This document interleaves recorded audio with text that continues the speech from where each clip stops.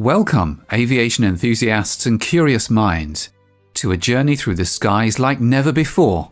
We're about to embark on a thrilling exploration of the most unusual and innovative planes that defy the conventional norms of aviation.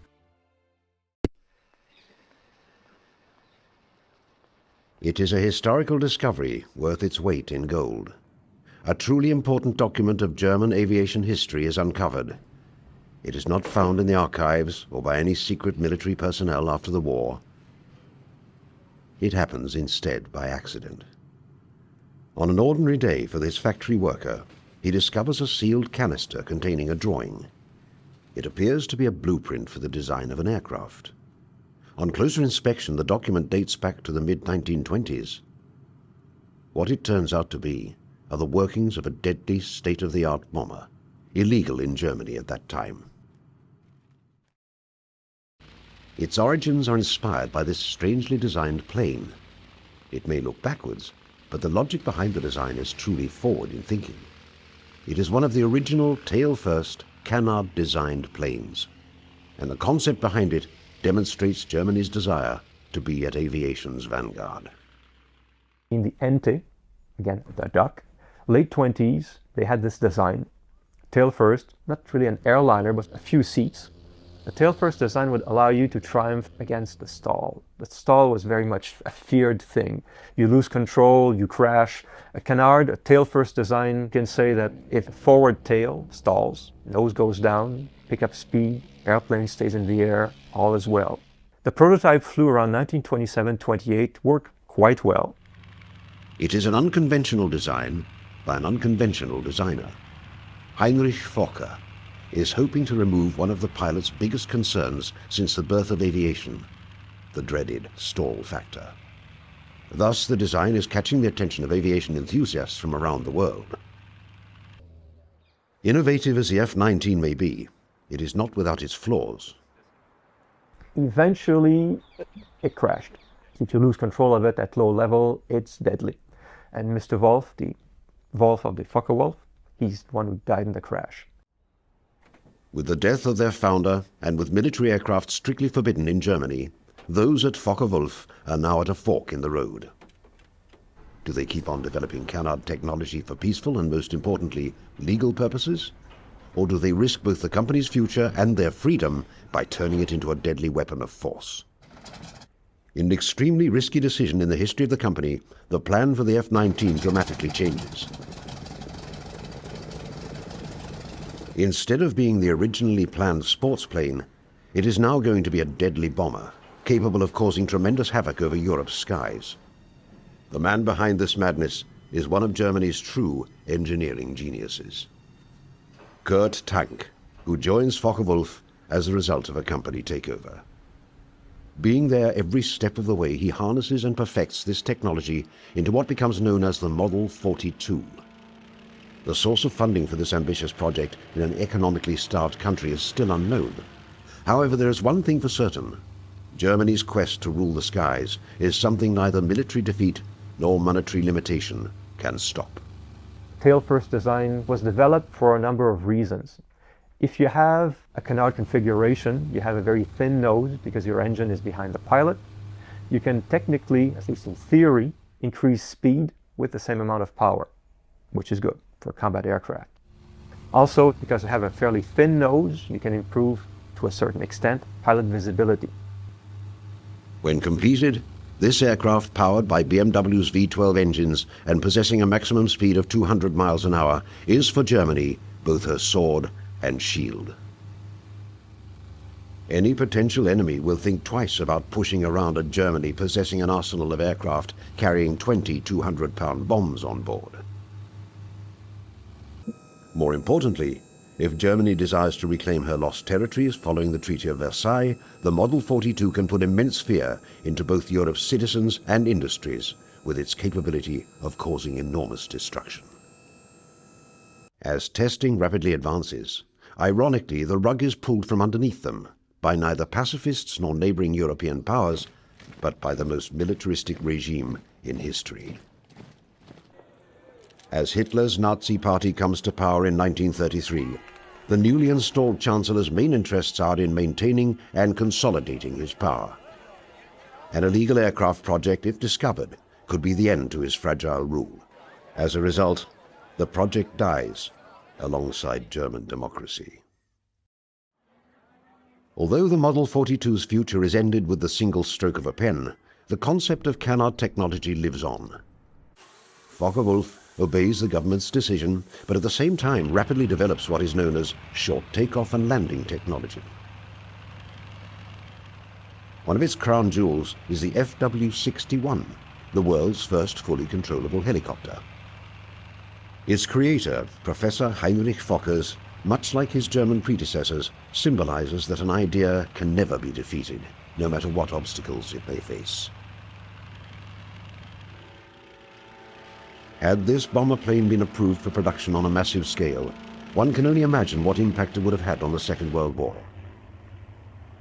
It is one of the conflict's greatest what-ifs. In fighting both Britain and the Soviet Union, it might well have tipped the scale in favor of Germany. The Model 42 thus may have resulted in a soaring victory and changed dramatically the outcome of the war in Europe.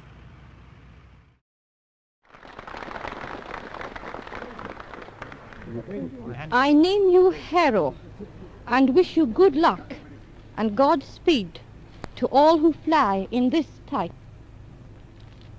Yeah?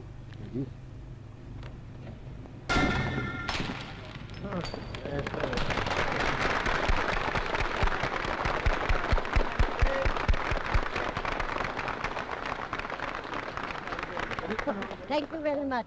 Despite the enthusiasm at Handley Page, the mood in England at this time is anything but cheerful. By 1937, the drums of war are beginning to be heard across the nation. Never has this been more evident than at these factories, where the Harrow is being introduced in an attempt to showcase Britain's military power. Unfortunately, it is technologically years behind the now cancelled Model 42. With $400 million being spent on aviation in a single year, the government assures its citizens that they have nothing to fear with this powerful weapon on their side. However, the question remains as to whether these bombers can stand up to the growing German threat. These fears are finally realized as Britain's cities are repeatedly bombed by the Luftwaffe, causing enormous destruction and loss of life. The Blitz has now focused the world's attention to what the bomber is capable of doing. The nation everyone is looking to is in dire need of a solution to this deadly problem. It may be one of Britain's most unusual designs for a plane. At Miles Aircraft, this prototype, known as the Libellula, marks not only the resurrection of the Cannard design, but also exemplifies a company truly thinking outside the box. People were very appreciative of the fact that Miles had this wonderful innovatory streak in them, and that they might come up trumps with something. During the war in Reading, Berkshire, the factories of Miles Aircraft are working overtime, making a substantial contribution to the nation's war effort. What is capturing the imagination of the company's top designers is the reconstruction of a revolutionary aircraft. A plane that will capture massive attention with a design so futuristic that it is years ahead of its time. Hard at work with their initial sketches by ambitious and intelligent designers, the Canard plane is reborn. In this factory, British men and women are side by side, hard at work putting together this complicated design. While their soldiers are fighting on the front lines, these workers have stayed behind. Their job is to maintain the production of wartime equipment on the home front. And a mighty task for them is to construct this unusual plane possessing a tandem wing arrangement, requiring countless hours of labor. Unlike standard aircraft, the Libellula M35 has its wings at different heights and at different lengths. The reason for this is that the lesser wing acts as a forward-mounted stabilizer, thus improving control, especially in regards to landing. With its shorter wingspan and not requiring them to fold, when completed the M35 is to be used as a carrier-borne naval fighter. Its sister plane, the second of the Libellulas, with an additional engine, is intended strictly for bombing purposes. Its creator, George Miles, says that when completed, the plane will resemble a dragonfly. In just 90 days, the first plane is built, remarkable for its time. Those at Miles Aircraft are determined to see what this plane can do once it is up in the air. Getting the plane ready for flight, engineers are putting the Libellula in position. As the final inspections are being conducted both underneath the plane and in the cockpit, the company, having a huge investment in the aircraft's success, hopes to put it into mass production shortly, pending government approval.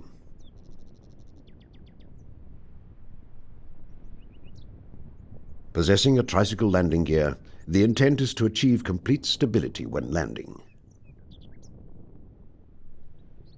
At the rear of the wings are the corresponding vertical and horizontal stabilizers and rudders.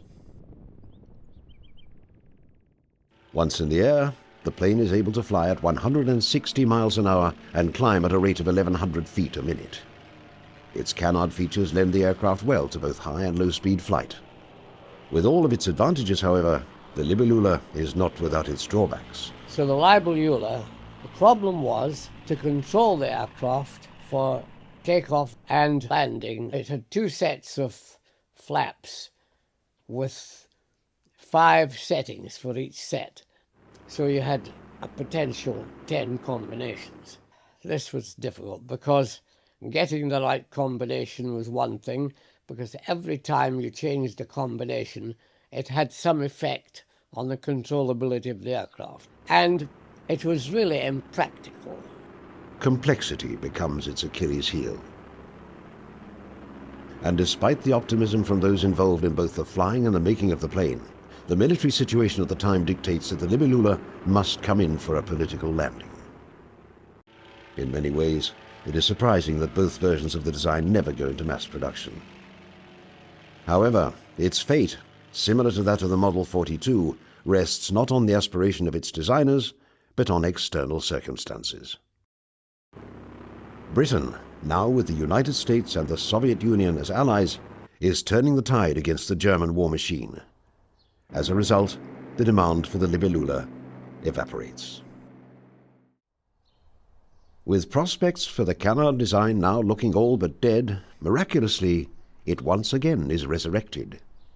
This time, however, it is not done by any European power. Instead, it is done across the Atlantic Ocean, in America, the birthplace of aviation. Here, the Cannard design is reincarnated. The United States, referred to by Japanese Admiral Yamamoto as the sleeping giant, has awakened. Having an industrial capacity second to none, geography is the country's greatest asset. A massive labor force working uninterrupted, without fear of factories being bombed, is Uncle Sam's greatest advantage. And aircraft production is no exception. In terms of quantity, the United States is the undisputed champion. No European nation can even come close to their rate of production. However, while the country leads in quantity, it is quality that one aircraft company aspires to excel at. But there was definitely a potential there. So Lockheed started to look at what kind of airplane could be designed around a turbine engine for high-performance aircraft. It is Lockheed who believes it has the jet-powered solution for the fighter. One of its most secret projects of the war is the L-133 prototype, which is tested to see if this new technology can be harnessed into something tangible for the United States military. Thus, the Cannard design, an important component of the project, rises from the ashes. At first, the Army Air Force show interest in the project. The emerging military-industrial complex, however, dictates the final decision, with it becoming a case of quality versus quantity that ultimately determines the project's future. They looked at it and sort of, well, this is all very interesting, but you have an engine that's a wee bit on the complicated side, and you're producing Hudsons for the Brits, Lightnings for us, you're producing light transport aircraft, and in some cases, like Lightning, for example, your deliveries are good, but may not be quite as good as we would like them to be. And you want to get involved in the design of a new type of engine and a new type of aircraft. Please slow down. Our enthusiasm is not necessarily there. With war raging on in both Europe and the Pacific, a policy of producing what is known and reliable is enacted. Every second must be accounted for. With the possibility of the model not functioning properly, precious time must not be spent testing the unknown. Thus, the L-133 becomes, much like the Model 42 and the Libellula, an aircraft whose potential remained unfulfilled. There is no doubting, however, with its state-of-the-art technology, the development of the L-133 would have brought Canard technology to a new level. It is the right place, just not the right time for Lockheed. To the employees at Curtiss-Wright and Canard enthusiasts, deliverance has arrived with the XP-55, known as the Ascender. With the main wings located at the tail end of the fuselage, it is certain to attract attention due to its unique design.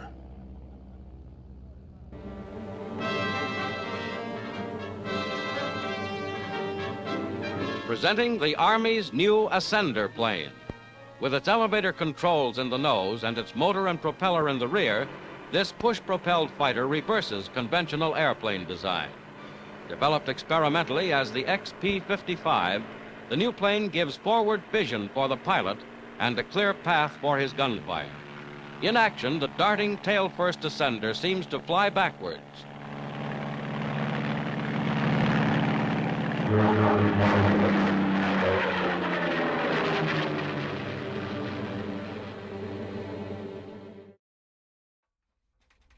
Its origins lie in an Army Air Corps flirtation with unconventional aircraft design. And nothing defines the unconventional like the tail-first plane. Despite a policy of turning out proven aircraft on a massive scale, there is some room for experimenting. Originally intended as a design to be powered by Pratt & Whitney liquid-cooled H engines, it is perhaps the best chance Canard technology has of becoming more than just a blueprint or a workable prototype. Mass-scale production is the ultimate goal of its enthusiasts. After extensive testing, it appears that the Ascender is the best hope in achieving this goal. The Air Corps is impressed so far and asks for 3 prototypes to be built. The plane's future, however, comes crashing down with its first prototype. A stalling malfunction results in the first Ascender taking a 16,000-foot nosedive. As the company attempts to fix this problem, competing technology is evolving faster than XP-55. In the end, the project is cancelled indefinitely. It is not worth either the government's time or money to further pursue such a risky endeavor. Despite its name, in the end, the plane does nothing but descend into the depths of aviation history.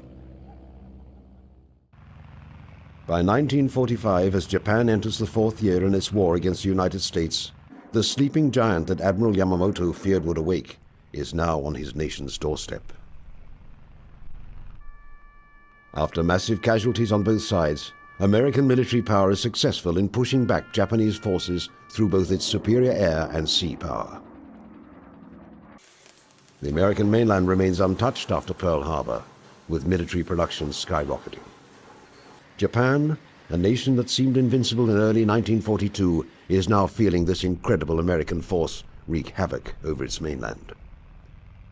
In particular, Japanese cities and their inhabitants feel the horrors of an air war that does not distinguish between military and civilian targets. American B-29s, leaving from the islands of Guam and Saipan, fly a total of 107 bombing raid missions on Japan's cities in just 1 year. One particular raid that takes place on the night of March the 9th destroys 250,000 homes and burns almost 100,000 citizens to death. In General MacArthur's historical report, he writes that the effect of these raids rocked the nation to its very foundations. With each passing month, the casualties keep escalating, with nearly 3 million people killed. Mass famine is spreading, with an estimated 10 million people suffering from serious malnutrition. Japanese Admiral Matomi Ogaki, writing in his diary on June the 18th, asks, "Does the enemy intend to destroy all of the cities in this country?" General Curtis LeMay, a key architect of this bombing strategy, pledges to bomb and burn them until they quit.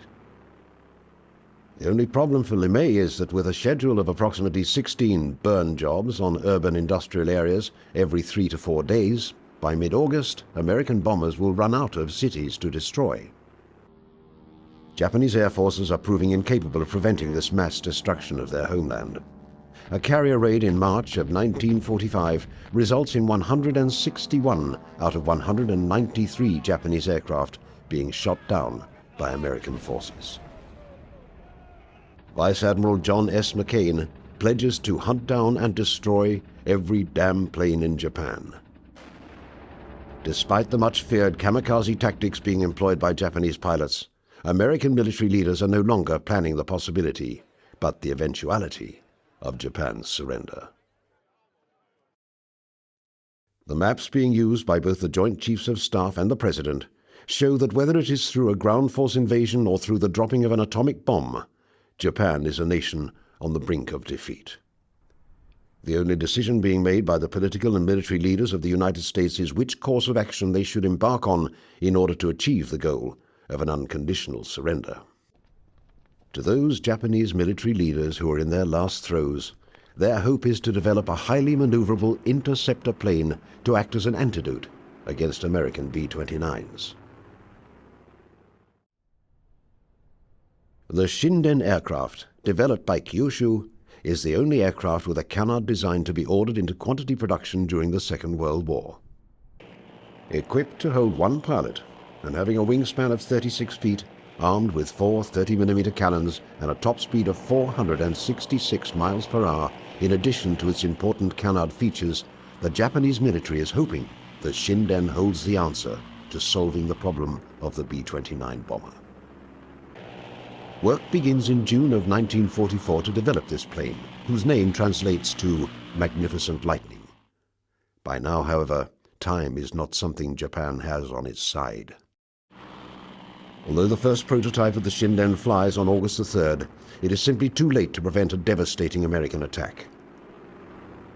3 days after it is tested, the first atomic bomb is dropped on Hiroshima. 3 days later, the city of Nagasaki is dealt the same blow. With these two bombings, in addition to the Soviet Union declaring war against Japan, the demand of unconditional surrender is met on September the 2nd, 1945, marking the end to war in the Pacific. The story of the Shinden remains one of the greatest what-ifs in Second World War history.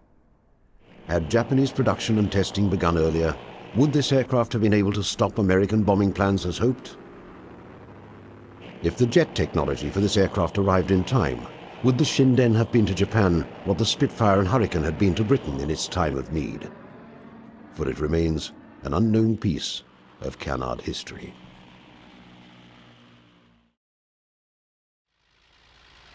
The Cannard design, with its origins dating back to the Wright brothers and their first flight of 1903, is a story of aviation constantly having to overcome the barriers and obstacles put in its way. It is a story of emerging and innovative technology locking horns with the politics of its time.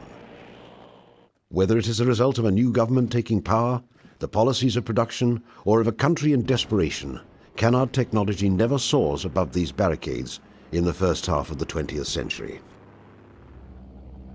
There is no doubting, however, what Cannard technology represents in the history of aviation. It symbolizes the innovative spirit, and it symbolizes the proud heritage of aviation. The Cannard design is to be remembered through its planes and by the people that created them. The Miles aircraft concern conceived the M39 Libellula during the early 1940s, amid the turmoil of World War II. Initially, the concept aimed to simplify landing aircraft on carrier decks, addressing visibility challenges caused by forward-mounted engines and large wing mainplanes. A novel tandem wing arrangement was pursued to mitigate risks, resulting in a series of concepts explored by Miles during the war. The overarching term for these Miles designs was Libellula, named after the taxonomic family of the dragonfly. The groundwork for this project began with the M35, essentially a technology demonstrator for a single-seat naval fighter. Miles pursued this endeavour independently, using the tandem wing setup to reconfigure the centre of gravity found in conventionally configured military aircraft. In a brief span of 6 weeks, Miles engineers introduced the M35. This aircraft was equipped with a single de Havilland Gypsy Major air-cooled inline engine, boasting 130 horsepower. During testing, the engine exhibited temperamental behavior and longitudinal control was problematic. Nevertheless, this design provided valuable insights into the unconventional arrangement, contributing to future developments in the field. Building on this knowledge, a new design emerged, scaled at 5/8 and designated as M39B. This single-seat demonstrator featured a pair of de Havilland Gypsy Major IC air-cooled inline engines, each with 130 horsepower, showcased in outboard nacelles beneath the rear wing mainplanes. The frontal mainplane was now positioned low against the sides of the cockpit, and the fuselage boasted a finely contoured shape from nose to tail. The undercarriage transitioned to a traditional tricycle configuration. Given the larger scope of the M39B project, its dimensions were appropriately increased. The wingspans now measured 25 feet at the front set and 37.5 feet at the rear. The overall length extended to 22.3 feet, and the maximum weight rose to 3,200 pounds. As constructed and tested, the M39B achieved speeds of up to 166 miles per hour thanks to its twin-engine setup and tandem wing approach. The maiden flight for the M39B occurred on July 22, 1943. A dorsal fin was later fitted at the fuselage aft for additional control to complete the M39B's iconic three-finned appearance. Up until September of 1943, all of the work on the two aircraft, M35 and M39B, was as a private venture. From then on, the British Air Ministry decided to offer a formal development contract to Miles. Shortly after, Miles sought interest from the United States Army Air Forces, aware of their consideration of the domestic Curtiss XP-55 Ascender, which shared a tandem wing pusher engine configuration and was intended as a fighter. The USAF's response revealed a general lack of interest in the Miles product, as the XP-55 itself faced issues, particularly with stalls and recovery. The American program only progressed to flight testing, producing 3 aircraft in total. The M39B underwent evaluation at the Royal Aircraft Establishment, encountering problems from the outset. A new undercarriage had to be installed, and several accidents necessitated constant repairs, keeping the aircraft grounded for extended periods. Despite its unconventional arrangement, overall handling characteristics were considered normal. While landing and takeoff required adjustments to the standard routine, these were deemed forgivable, and stalling and recovery performed as anticipated. In 1941, the RAF issued a new specification for a medium-class, medium to high-altitude, high-performance bomber. Miles responded with its M39 project, a modified version of the M39B featuring a pressurized cockpit for a crew of 3. The proposed power for the M39 project included either 2 Rolls-Royce Merlin 61 series inline engines or 3 Powerjets W2500 gas-powered turbine engines. This design featured a significant wingspan increase, measuring 37.5 feet at the frontal wing and 55.8 feet at the rear pairing. The overall length expanded to 35.9 feet, and the maximum weight surged to 26,750 pounds. The envisioned cruising speed was 360 miles per hour, and armament was planned to include 2 20mm cannons in the wing roots, 1 gun per root, along with an internal bomb bay in the fuselage, capable of carrying up to 6,000 pounds of bombs. Ultimately, the de Havilland DH-99 Vampire fulfilled the specified requirements. The Hawker P1005 also competed for a period. Although a prototype M39 high-speed bomber was ordered under a November 1943 contract, it was never constructed. The RAF's bomber needs were met elsewhere, leading to the termination of the M39 project, along with the data-collecting M39B aircraft.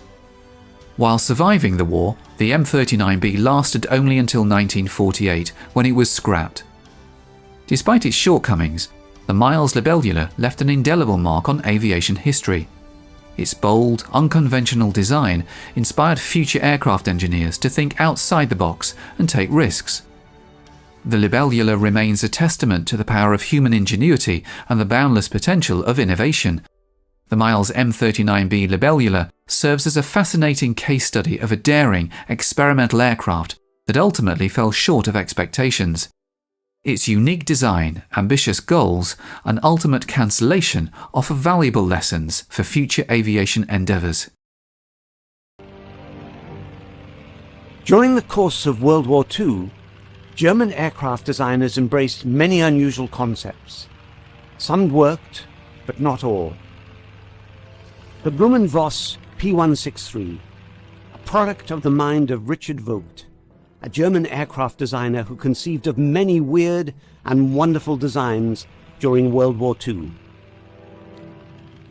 At a time when the shortage of aluminum was starting to affect aircraft production, the P163 concept offered a way of partially utilizing steel as an alternative, at least in a limited way. Of course, there would be a weight penalty. However, the additional strength of steel might allow the wings to support a crew gondola and each wingtip, thereby allowing much more free space in the main fuselage for engines, weapons, and fuel. Each of the gondolas would have weighed about 1 ton. Vogt predicted that they would actually improve flight performance by reducing both bending in the wings and turbulence from their outer edges.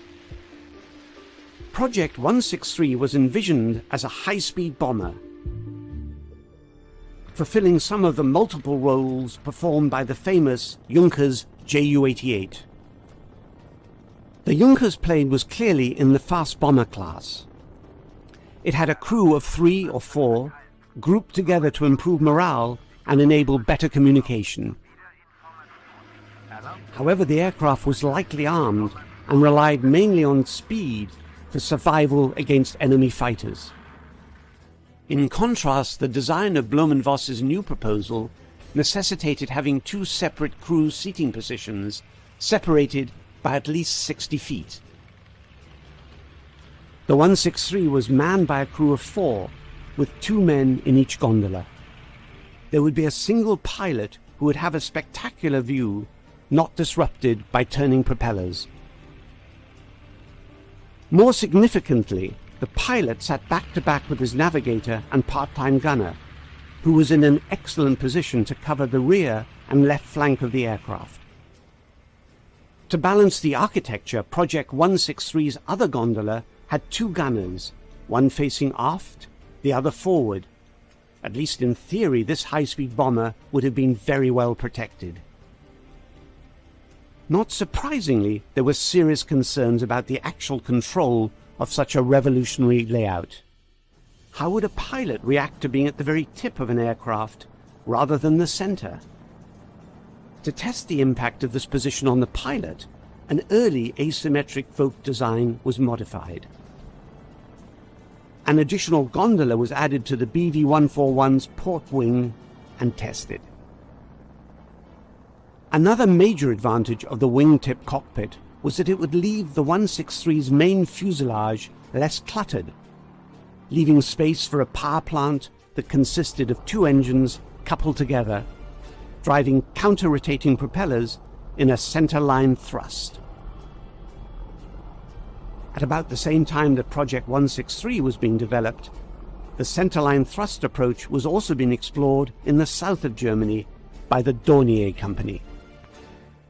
Their Do-335 Arrow heavy fighter bomber design was also based on the principle of center-line thrust. One engine set in the traditional nose position, and another placed in the center of the fuselage, driving a propeller at the very back of the aircraft. In the United States, another company, Douglas Aircraft, were also engrossed in another center-line thrust project, which was just as revolutionary. The XB-42, or Mixmaster, was designed as a fast, long-range bomber. It employed 2 engines mounted near the middle of the airframe, driving separate propellers grouped together at the rear. The XB-42's layout, like that of the DO-335, resulted in extremely clean flying surfaces that made for increased speed and maneuverability. Both aircraft were finally made, and with testing so advanced, they probably would have gone into production if the war had continued. Meanwhile, back in Germany, the war was not going well, and the benefits of all new aircraft projects were being seriously reappraised. Although it was reasonable to assume that Blum and Voss had a design that would be the equal of the Junkers Ju-88 in speed and range, and it would also have offered considerably more defensive gunnery, there was still caution about the practicality of the crew positions. How would pilots feel about such an unusual design? The acid test would be the adapted 141 asymmetric plane. The standard BV-141 actually worked quite well. The addition of yet another gondola at the very tip of one wing made the aircraft even more bizarre looking, but it served its purpose and apparently proved that the wingtip cockpit arrangement was workable. However, workable just wasn't enough. Project 163 was cancelled before a prototype was built. There would be no armadas of this unusual-looking aircraft flying over enemy targets, and the addition of another gondola at the very tip of one wing did not turn it into a swan. But it served its purpose and apparently proved the wingtip cockpit arrangement was acceptable. Another factor behind the decision to cancel the 163 was its performance. It simply did not offer any major improvement on what was already proven and available.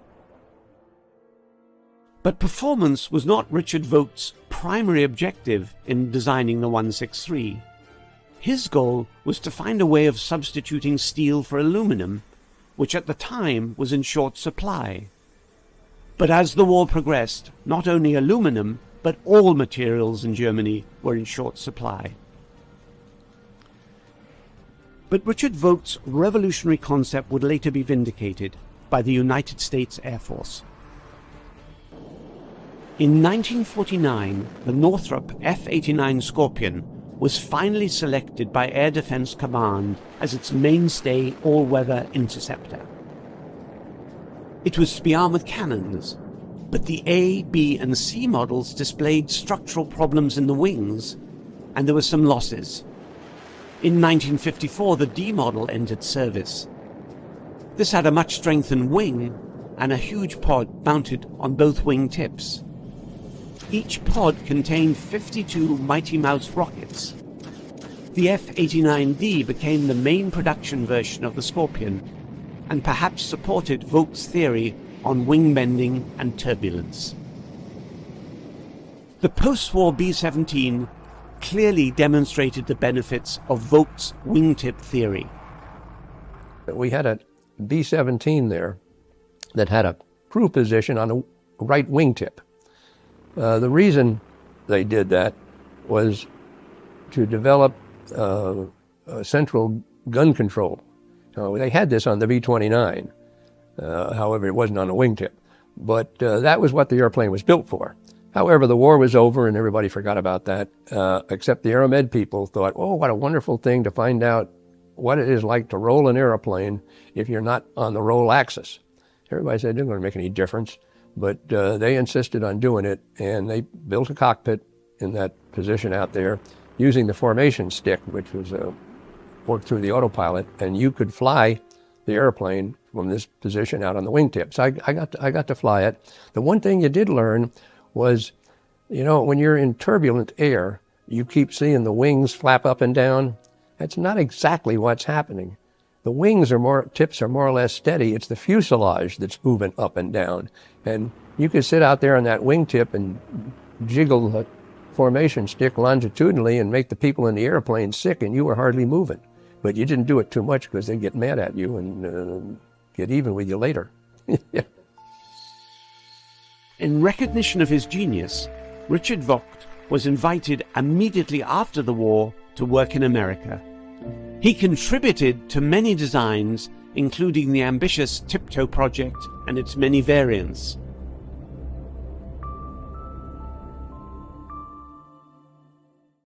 In the post-World War II era, the concept of military aircraft capable of vertical takeoff and landing, VTOL, captured the imagination of designers and military strategists globally. The increasing performance of land-based jet aircraft necessitated longer runways, which in turn presented vulnerabilities.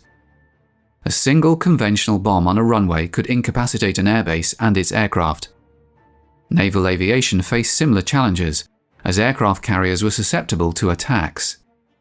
Despite the number of combat aircraft a carrier could operate, any damage to the vessel rendered its air power ineffective. The idea of VTOL-capable aircraft emerged as a potential solution to these issues. Such aircraft could be launched and recovered from small, temporary forward air bases or even from vessels considerably smaller than traditional aircraft carriers.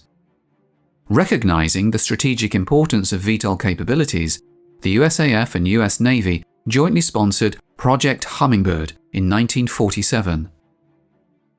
This project aimed to explore and study the practical application of VTOL technology, laying the groundwork for innovative designs like the Convair XFY-1 Pogo that would follow. This project was able to use data captured from Nazi Germany at the end of World War II, and, in particular, design work on a projected German VTOL aircraft, the Focke-Wulf Triebflügeljäger. The Triebflügeljäger was a radical design concept created in 1944 in response to the increased Allied bombing of German industrial targets. Its design never went further than the creation of wind tunnel models, but the concept of a tail-sitter VTOL aircraft captured the interest of the US Navy. They were interested in a fighter that could be launched from any warship and even from transport ships or tankers. The prospect of equipping each US Navy ship with its own point defense interceptor led to a significant re-evaluation of the necessity for vulnerable aircraft carriers. Building on the findings of Project Hummingbird in 1948, the US Navy initiated a more detailed study and, in 1949, sought the expertise of the National Advisory Committee for Aeronautics to assess the feasibility of developing a tail-sitter VTOL interceptor. This concept, resembling the Triebflügeljäger in some aspects, employed a conventional fuselage with an engine driving contra-rotating propellers in the nose.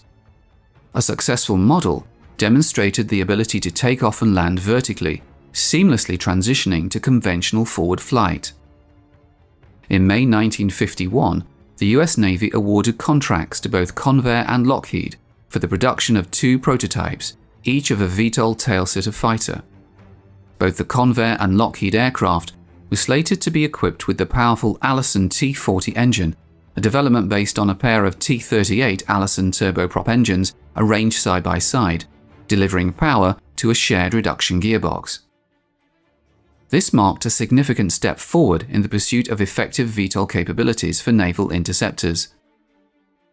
The power of the engine was estimated to be over 5,000 kilowatts. In comparison, the Pratt & Whitney radial engine fitted to the Vought F4U-4 Corsair, then in service with the US Navy, provided around 1,700 kilowatts. The pilot's seat was able to rotate through 45 degrees to allow it to be used comfortably in both vertical and horizontal flight. No armament was ever fitted to the XFY-1, but this was expected to take the form of either 4 20mm cannon fitted in the wing's outboard of the massive propellers, or a pack containing 48 folding fin unguided aerial rockets. The first XFY-1 prototype reached completion in early 1954 and underwent testing in a fixed vertical stand at Lindbergh Field in San Diego. The performance in this setting was satisfactory, prompting the decision to proceed with the next phase of development, involving tethered and untethered flight testing. The second prototype was transported to NAS Moffett Field near Sunnyvale, California, where a specially designed tethered test rig was set up in the colossal Hangar No. 1. This historic hangar, originally constructed in the 1930s, once housed the US Navy airship USS Macron. The rig featured a motorized reel attached by cable to the XFY-1 propeller hub, providing a means for emergency reeling to swiftly return the aircraft to an upright position. The challenging task of determining whether the XF-Y-1 could actually fly fell to Lieutenant Colonel James F. Skeets Coleman, a US Marine Corps Reserve pilot and engineering test pilot for Convair. Tethered flights were conducted with assistance from Convair flight test engineer Bob McGreary, who controlled the tether mechanism, ready to pull the XF-Y-1 upright in case Coleman lost control. Coleman faced the daunting responsibility of testing an aircraft that was both radically different and potentially hazardous, making his role as a test pilot exceptionally challenging. In November 1954, Lieutenant Colonel James F. Skeets Coleman achieved a significant milestone by executing the first transition to horizontal flight in the XF-Y-1. Remaining in conventional forward flight for over 20 minutes, he safely returned the aircraft for landing. The XF-Y-1, powered by significant thrust in a compact and streamlined airframe, proved to be remarkably fast. Even with throttles at their minimum setting, the aircraft cruised at speeds exceeding 300 miles per hour. During level flight, it often surpassed the conventional chase aircraft assigned to monitor its progress. The absence of speed brakes or spoilers made landing at these high speeds particularly challenging. To address this, Coleman developed a unique landing technique.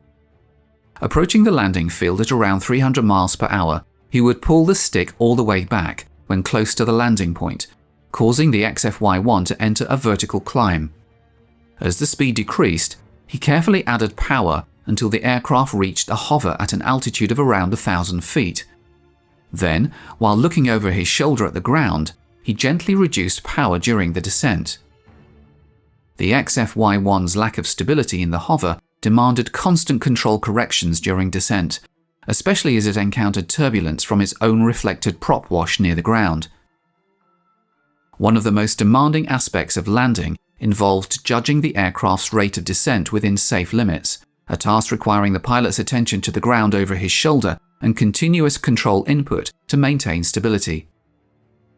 The unique characteristics of the XF-Y-1 demanded exceptional skill and precision from its pilot during the landing phase. As an aid, Convair mounted a small radar altimeter pod on the left wingtip. This was connected to 3 lights in the cockpit. Green meant that the aircraft was in a stable hover, amber meant that it was descending within safe limits, and red meant that the rate of descent was too fast. Even with this device fitted, the XF-Y-1 was a fiendishly difficult aircraft to land. Coleman was clearly an exceptional pilot, and when another US Navy pilot was allowed to fly the XF-Y-1 for the first time in May 1955, he was lucky to survive the experience. The XF-Y-1 never took to the skies again, and the project officially concluded in August 1956. Lockheed's XF-V1 tail-sitter II was abandoned without achieving vertical takeoff or landing. From a strictly technical standpoint, the XF-Y1 demonstrated success. It executed numerous flights, showcasing its ability to fly conventionally and to perform vertical takeoffs and landings. In this limited sense, it marked the first successful military VTOL aircraft. However, as a potential operational aircraft, the XF-Y1 faced insurmountable challenges.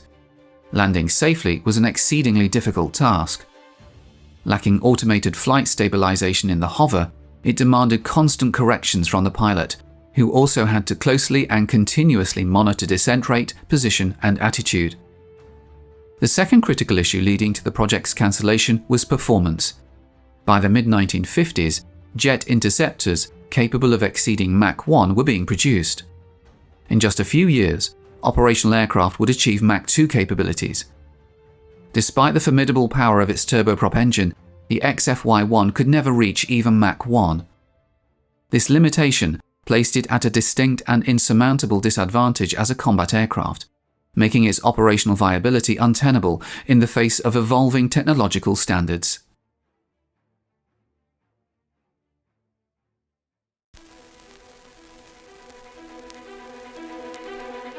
Lithe, graceful, and deadly, the pterodactyl was one of the first known reptiles that evolved powered flight. Its wing movements held within them a beautiful science that would live on long after the end of the prehistoric world. But out of the remnants of that distant past, one 20th century inventor created a method of flight that would change aviation's future. In the designs of Geoffrey Hill, the swept-wing tailless plane would not fly as a machine, but in the same style as a living animal. And the Pterodactyl would find life again in a new man-made body, but would soar above the earth just as it always had.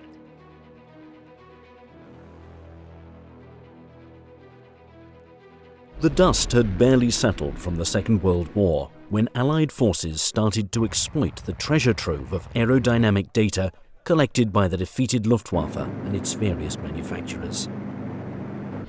Britain too followed suit in sharing the spoils of war. Many German aviation concepts were seriously considered and in fact ultimately employed. At the same time, the British government could sense the onslaught of the Cold War and wanted to be ready in case tensions between the US and the Soviet Union suddenly turned hot. The nation was deeply in debt, but Homeland Security was still given top priority, which is why the British Ministry of Supply issued an order for a new bomber. History would later call this order the Vbomber specification. The government was looking for a long-range aircraft that would employ the jet power technology discovered but not used to its full capacity during the war. Coupled with the aerodynamic marvels developed by the Germans, Britain was determined not to be caught off guard in the event of a nuclear conflict. The Americans had already shown the might of their atom bomb at the end of the war, while the Soviets got a jump start on their own program by exploiting German nuclear resources. The best recent study by David Holloway on Stalin and the bomb has come to the conclusion that the Soviets were really disappointed at the sort of technological level of the German nuclear program, and that the chief gain for them was not the sort of technological know-how of the German scientists, but the uranium, the processed uranium that they managed to get their hands on, which in Holloway's estimation probably saved the Soviet nuclear bomb project about a year. Britain was developing its own bomb program and felt the first things it needed were bomber aircraft advanced enough to carry the load. 4 submissions from 4 different British manufacturers were ordered to go into production. 3 of the planes employed technology that was borrowed from newly accessible German research. Because of them, history would look back on this era as the golden age of British bombers, where grace, beauty, power and efficiency were all ingredients used to produce the majestic aircraft of Britain's V-bomber force: the Vickers Valiant, the Avro Vulcan, and the Handley Page Victor. Of these 3 bombers, the Valiant had the least sophisticated design, but was the first to see flight time, with a prototype taking off in 1951. This was a conservative but cleanly built aircraft and could accommodate a 10,000-pound bomb. In fact, the very first British atomic weapon, a live Blue Danube, was dropped during a 1956 test in Australia using the Valiant B-1. Despite being the least advanced of the V-bombers, the Valiant was the first to fulfill the purpose for which it was built. In contrast, the Avro Vulcan was a sleek subsonic bomber and sported a unique delta wing configuration that set it apart. Its wingtip rudders gave it control even while carrying 21,000 pounds worth of bombs. Of all the V-bombers, the Victor was regarded as the most futuristic and avant-garde in both looks and performance. Because it was specifically designed to quickly invade Soviet airspace, it could fly higher and faster than any of its contemporaries. Despite the defense capabilities these 3 planes gave Britain, it was interesting that none of them was 100% British. Each had its origins in the seized German research. There was, however, the 4th V-bomber submission that the government rejected as being too ambitious. It was the Short Brothers PD-1, a medium-range bomber design that had very little to do with seized German technology and more with a single flying wing. To help create this advanced aircraft, the Shorts team recruited an engineer who was famed for his work in tailless plane design, Professor Geoffrey T.R. Hill. Despite Hill's involvement, the PD-1 never made it past the design stage. But it did later take on other forms and names before claiming its place in the books as the Shorts Sherpa, a highly developed unit that sported a unique swept-back wing design that Hill specifically created for this project. The fact that both the Sherpa and the PD-1 had their roots in wholly British research made it ironic that the Ministry of Supply declined to produce the PD-1. This research began a full generation before the other V-bombers were even drawn up. In fact, it was spearheaded by Hill in the 1920s as a series of tailless planes called Pterodactyls, aircraft designed for superior flight safety and control. But in spite of Hill's achievements as a pioneer of swept-wing, tailless flight, and in spite of his role in the development of the PD-1 and the Sherpa, he was ultimately disregarded by the aviation community towards the end of his career in the 1950s. At that time, he might well have been a forgotten man, inasmuch as none of his designs had been taken up. But I think that's only part of the story. As far as I know, in the later part of his life, he was desperately disappointed that all of the work and the really brilliant and inventive work that he had done had not really apparently got real tangible results, although there were aeroplanes coming out of Short Brothers that were important. Hill believed that a swept-wing, tailless aircraft represented a more natural method of flight. But he wasn't the one who started the movement. It all began in the early 1900s with a pilot and designer named John William Dunn, whose work greatly influenced Hill. Dunn's goal was to develop a flying machine that required no steering. He designed aircraft for Britain that always bore the distinctive V shape of an arrowhead, later to be known as swept wings. The original Dunn biplane was such an achievement that almost a full century later, a Canadian mechanical engineer named Barry McKerracher built a full-sized replica of a later version called the Burgess Dunn. Now permanently on display at the Royal Canadian Air Force Museum in Trenton, the plane is the spitting image of the 1914 Burgess Dunn, from the pilot's seat to the copper gas tanks to the airframe. But the plane's swept wings were its most revolutionary feature. This particular airplane would not fall or stall. As it lowered its airspeed, it actually dipped the nose down, picked up speed, and then came back up again. It didn't fall off to either wing, which is some things that happen to straight normal biplanes or wings. The idea would change conventional aviation, but Dunn had a hard time proving it. Almost a decade and 4 limited prototypes later, the military had had enough of Dunn's seemingly quirky planes. Spurred on by financial support from his friends, he built and successfully flew the Dunn D5 tailless biplane. Dunn soon built more prototypes, including the smooth and stable D8, which is what caught the eye of an American boat and aircraft builder named Starling Burgess. After Burgess bought the US manufacturing rights, the Burgess-Dunn biplane began its development. Its full wingspan was 47 feet, but the fuselage itself was only 26 feet long. There were 2 seats up top for the pilot and navigator, with the seat in front guaranteeing a particularly thrilling ride. There was absolutely nothing in front of the pilot except his own feet. The seaplane was about 11.5 feet tall and rested on a large float on bottom, making the whole fuselage look something like 2 canoes connected with piano wire and wooden planks. The aircraft was designed with control and handling components to add to its inherent stability. This was so the plane would appeal to military buyers, as it did to the Canadian government. During the First World War, the Burgess Dunn became the first military plane Canada ever purchased. But a rocky delivery prevented it from ever getting airborne. They got to Quebec City, they didn't have time to take the airplane apart. So they put the airplane on the top of the deck and tied it down so tightly that it wouldn't move. Well, if you get in a rolling sea, things had better move or they're going to be in, and it's exactly what happened at about, I'd say, 100 miles out or on a rough sea, and the airplane just broke up.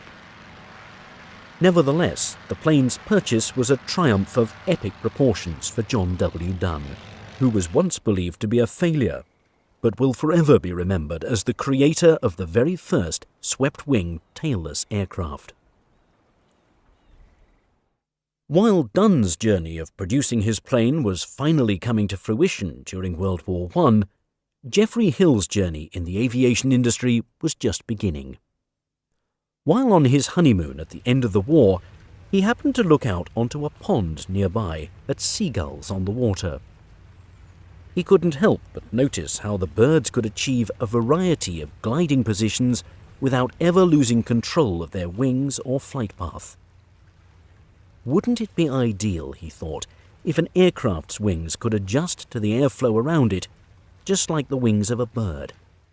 He soon got the chance to put his newfound inspiration to the test, and, fittingly enough, it took on the name of a prehistoric bird, the pterodactyl. After a brief stint working as a test pilot, Hill won a 3-year research scholarship, which gave him free rein to develop his ideas. Living just outside Farnborough at that time, he spent his days outside building his very first prototype by hand. His wife, May, also helped out by stitching canvas for the wings and lending her husband a hand when he needed it. One day in 1923, the president of the Royal Aeronautical Society, Colonel Alec Ogilvie, dropped by with a financial vote of confidence for the struggling engineer. And he came and sat in the kitchen, and he said to Geoffrey, "How are you off for money?" And Geoffrey said, "Pretty short. It's getting pretty short, sir." So Colonel Ogilvie reached in his pocket and produced a £50 note, and that was big money in those days. And he said, "Will this help?" "It certainly will, sir," my father replied. Colonel Ogilvie said, let me know how you get on, because I want to come and watch you fly it." And Geoffrey said, "Well, there are plenty of other people who might like to fly it." And Colonel Ogilvie said they're all absolutely scared stiff that they're going to be chosen to fly it, and they're unhappy about whether it will fly or not. So Geoffrey said, "Well, we'll see, and I'm prepared to be the first to fly." So that was really the story of the Pterodactyl Mach 1. Hill stayed true to his word to be the first to fly the aircraft. He first got it airborne on New Year's Eve of 1924 and tested it again several times throughout the following year. It was soon ready for the King's Cup Air Show, where the unusual creation caught the eye of both the King and Queen. They thought it was curious that the aircraft looked so much like a bird, and were even more interested to see how it flew. And they weren't the only ones who were impressed when it took to the air. The head of Westland Aircraft at that time was Sir Ernest Petter, who didn't just notice the pterodactyl because it was oddly shaped, but because it was the one plane in the show with no tail. In almost no time, Hill was named Westland's tailless aircraft designer, and the family moved into a house in Yeovil, which would be their home for the next 8 years. Hill's home away from home would be the Westland facilities, where he was immediately put to work on the Westland Hill Pterodactyl 1A. It was a 2-seater monoplane with a greatly streamlined design and a 75 horsepower engine tucked in the back. Over the course of 1926 alone, this aircraft made 21 test flights and could reach a maximum speed of 70 miles an hour. Despite his flying experience, Hill was told by Westland to stay out of the cockpit and instead get back to the drawing board to devise a new and improved Pterodactyl II, which was designed as a pusher biplane. All of Hill's early models sported wingtip controls that were a combination of ailerons and elevators, namely elevons, which were common on several tailless swept-wing planes in that era. What they call ailerons on this particular airplane are actually elevons, as there is no tail and no elevator, and the ailerons are back behind the fuselage, so they incorporate the two words and call them elevons. The purpose, of course, is to raise or lower the nose of the aircraft or turn right or left. The pterodactyls did not use surface controls like ailerons in a normal sense.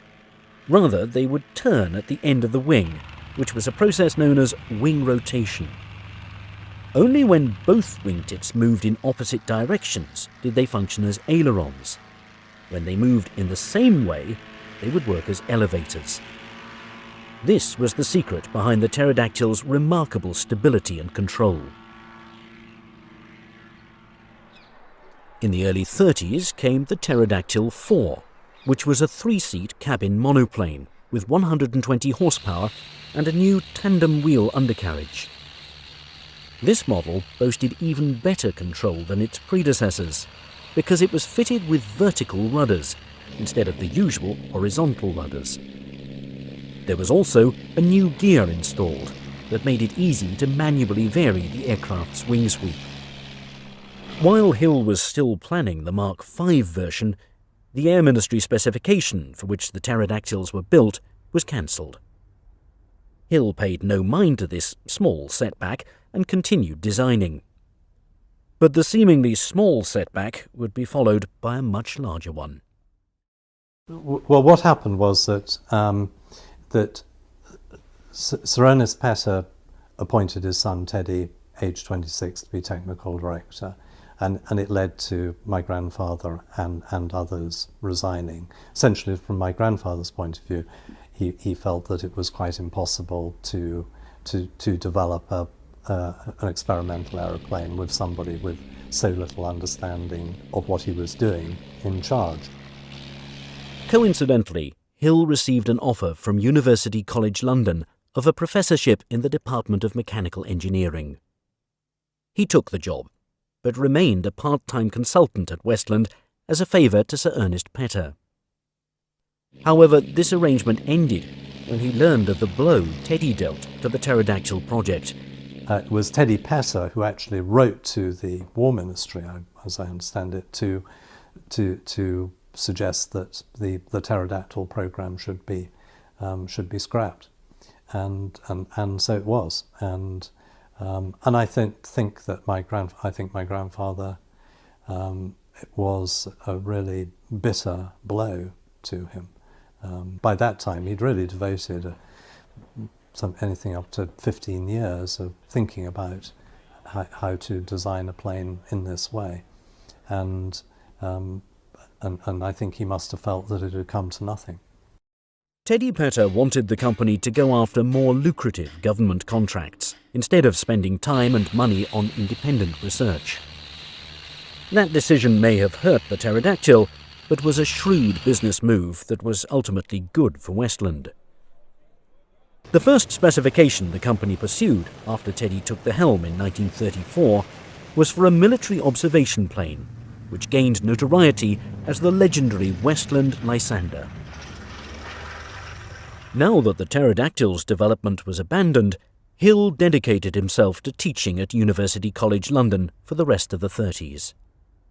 But he again got the chance to employ his tailless principles on an aircraft when the British government sent him to Canada for 2 years during the Second World War. The Allies did not have the upper hand in battle in 1942, and the UK felt it needed better technology. So the Ministry of Supply assigned Hill to a glider project at the National Research Council in Ottawa, where he designed and tested another tailless aircraft. Informally called the NRC Pterodactyl glider, it clocked about 105 hours in the sky by the end of its testing period, and travelled 2,300 miles, clear across Canada. Although Hill was technically based in Ottawa, his work took him all over the continent. In fact, Hill did a lot more than his official job title suggested, and for employers other than the Canadian government. He was known as the Senior Scientific Liaison Officer. He was very proud of the title because he said it doesn't mean a thing. So I asked him, what did it involve? And he said, well, I go around the different aircraft manufacturers and help them with their sums.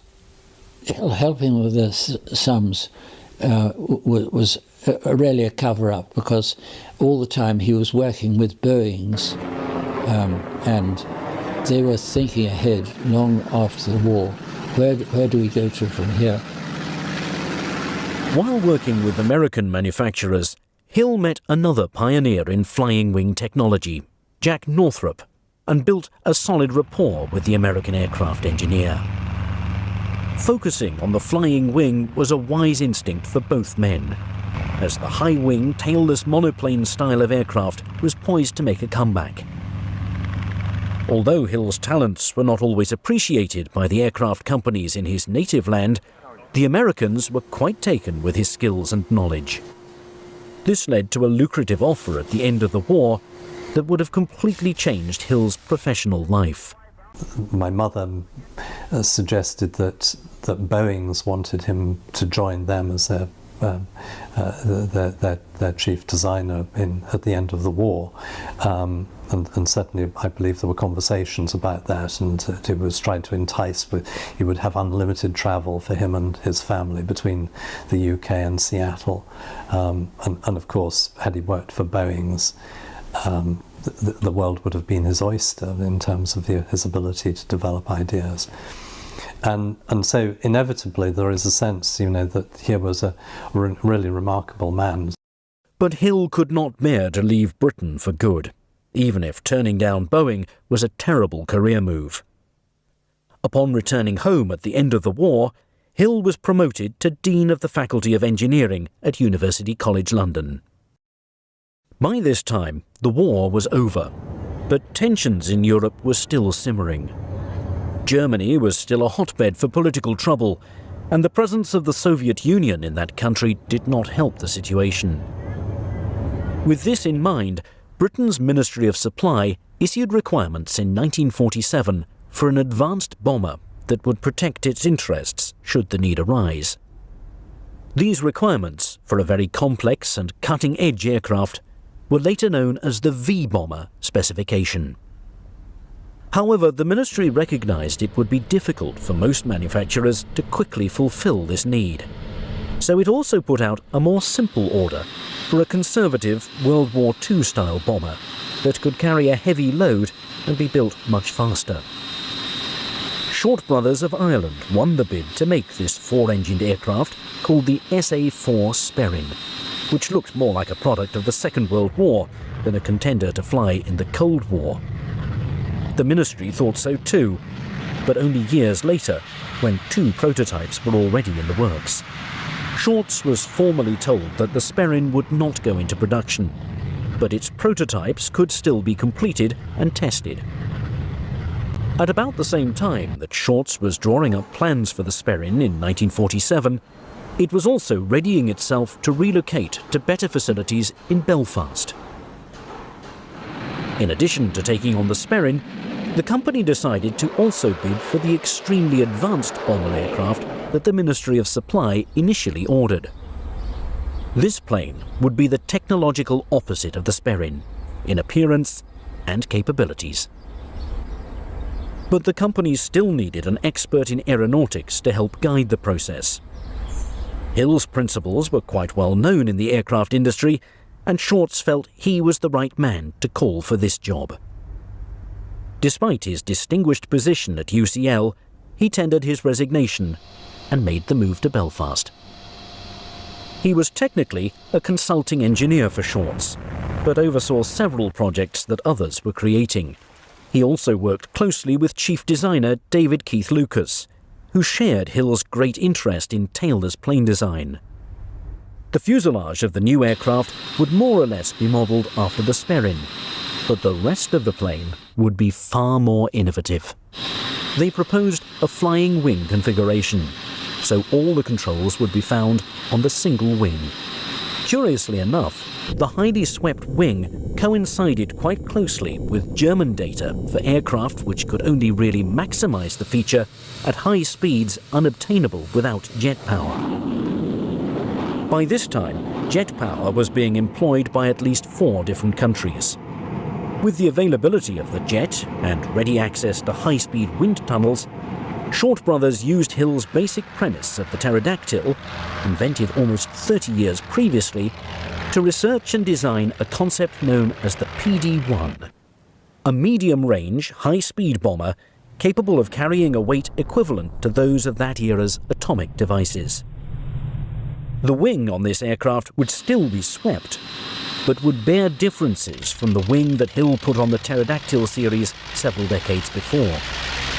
Jeffrey called it the isoclinic wing, which meant that you could alter the pitch of the wing at different speeds, that if an aircraft was coming into land, it could have the full use of like a fixed wing, but when it got up high, it could fold it, not completely fold it back, but a few degrees, and this would improve the performance enormously.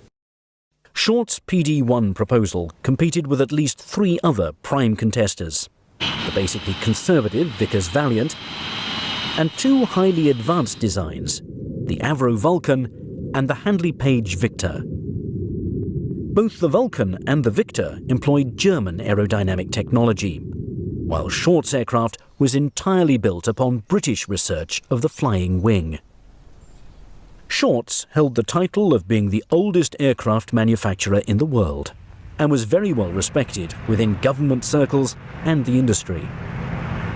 But on balance, it was ultimately felt that the company's revolutionary design was perhaps a little too revolutionary, and so it was rejected, while the other 3 aircraft went on to form a triad that became Britain's Vbomber force.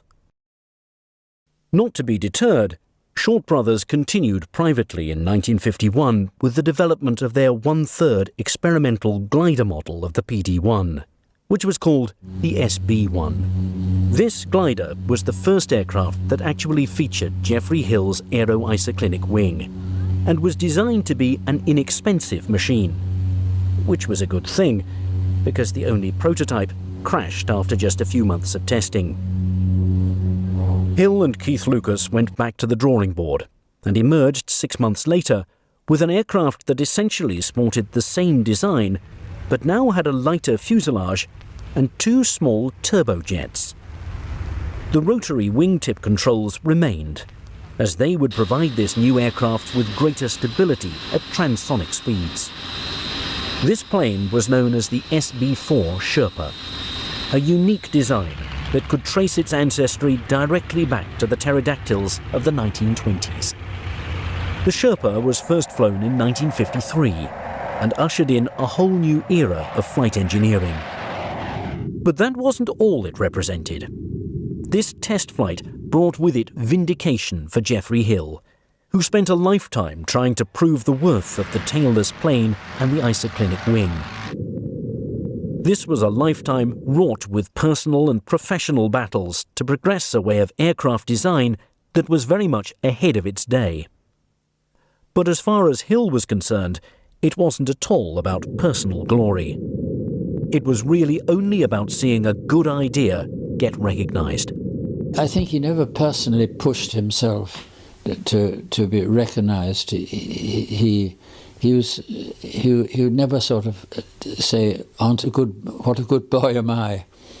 No, he was very reticent of taking any personal praise. He would take the attitude that gets in the way of progress. It seemed the very thing Hill had been waiting for was the Sherpa to touch the sky. When it finally did in 1953, he retired. By that time, the once vigorous engineer found his life was slipping into decline, both in terms of his health and the way he was regarded in the aviation industry. A story that sort of encapsulates this was told by Harold Penrose, again the chief test pilot at Westlands, in I think it was 1954-55, at the Farnborough Air Show. My grandfather always had a drinks party to which he invited all his old friends and so on. And Harold Penrose was running very late for getting there, but eventually got there and was very dismayed to find that there were no cars in the driveway. Anyway, he rang the bell. My grandmother answered it, and he said, "I'm so sorry, I'm late for the drinks party." And she said, "Nobody came, and Jeffrey's gone upstairs to bed, but he'd love to see you." And that was the last time that Harold Penrose saw my grandfather before my grandfather died. In many ways, it could be said that Hill was a disappointed man when he died in 1955 at the relatively young age of 60. For such a prolific engineer and designer, none of his planes ever made it into production, not even the Sherpa, which was only ever meant to be an experimental aircraft. Moreover, the project he had devoted most of his young life to, the Pterodactyls, was cut short before reaching fruition. But at the same time, Hill's goal was finally realized as the Sherpa first graced the skies in 1953. Although it was never a V-bomber, it proved the performance value and stability of the tailless plane, and truly showed the world the importance of the aero-isoclinic wing. And although Hill was never a celebrated designer, it can't be denied that his work altered the flight path of aviation.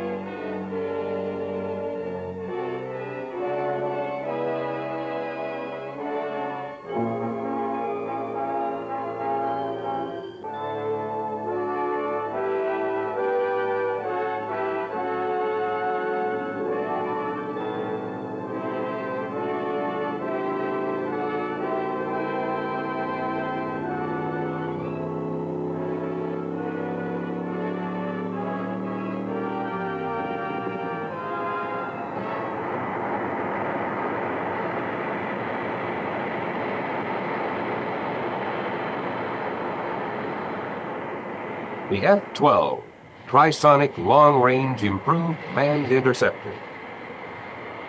Capable of sustained supersonic cruise at more than 2,000 miles per hour. A two-man crew, pilot and fire control officer, fly at altitudes above 70,000 feet in a combat radius greater than 1,200 nautical miles. The airframe and engine design are optimized for Mach 3 flight. The titanium airframe surviving temperatures in excess of 600 degrees Fahrenheit. The two J-58 engines, producing 65,000 pounds combined thrust, equal to 4 Century Series fighter engines.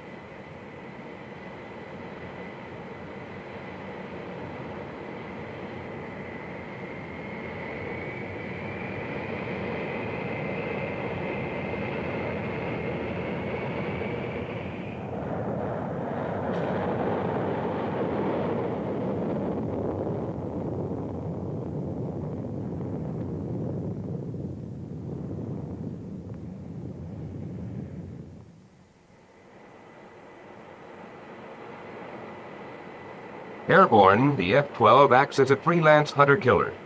The autonomous ASG-18 fire control system, a pulse Doppler clutter-free display designed to operate in any ECM environment, is backed up by 3 Block 3 AIM-47As with an aerodynamic range 20 times greater than present air-to-air missiles.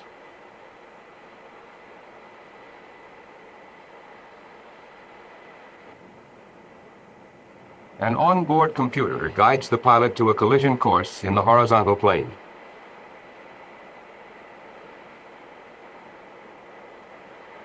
The fire control officer monitors a self-contained inertial navigation system, feeding constant positional information to the computer.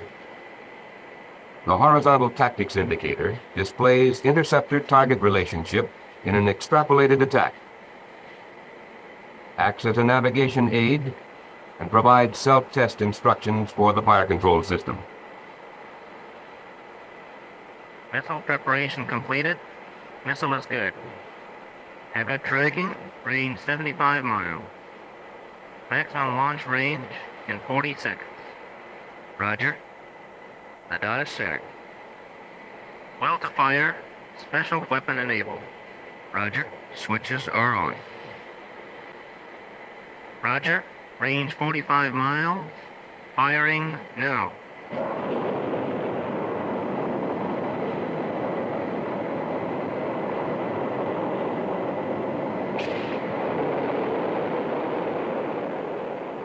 Designed to fire at the F-12's optimum cruise altitude with only gross steering required by the pilot, the semi-active pulse Doppler guided missile with conventional or nuclear warhead speeds on a collision course at Mach 6. Aerodynamic range, 100 nautical miles. Sea level to 100,000 feet. Maneuverability, 22 Gs. Up, down, right or left.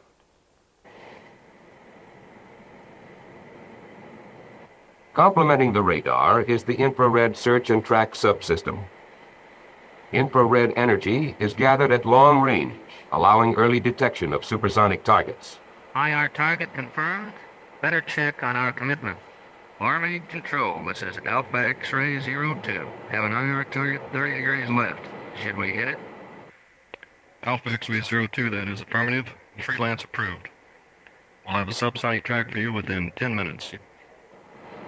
The F-12's ability to act as a free agent or respond to precise ground control, combined with its speed and maneuverability, give it a multiple commitment capability over a wide area of NORAD. Worldwide, the F-12 can fly across the Atlantic without refueling in little more than 2 hours.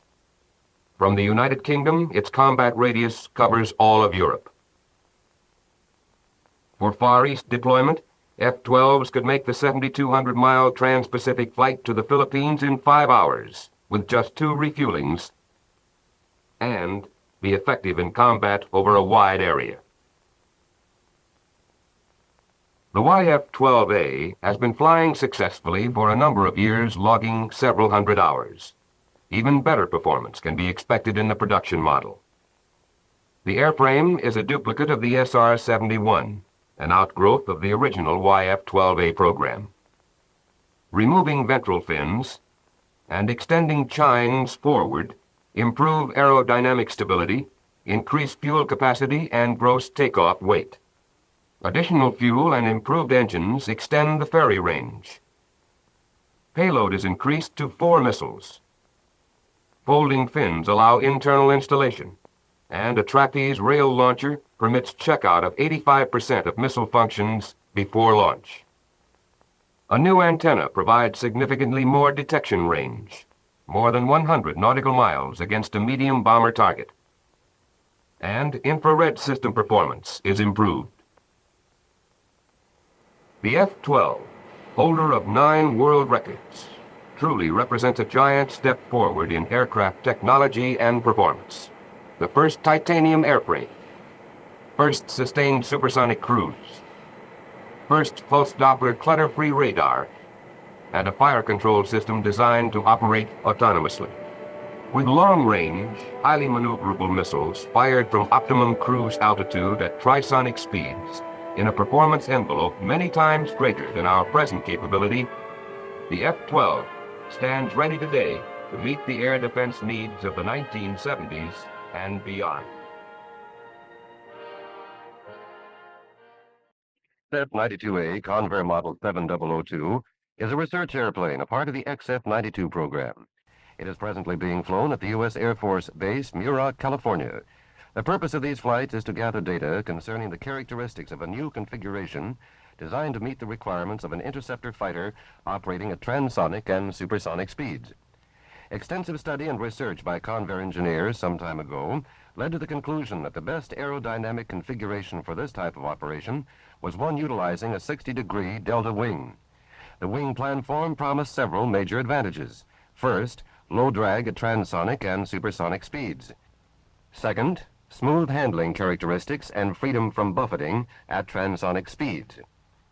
Third, satisfactory low-speed handling characteristics.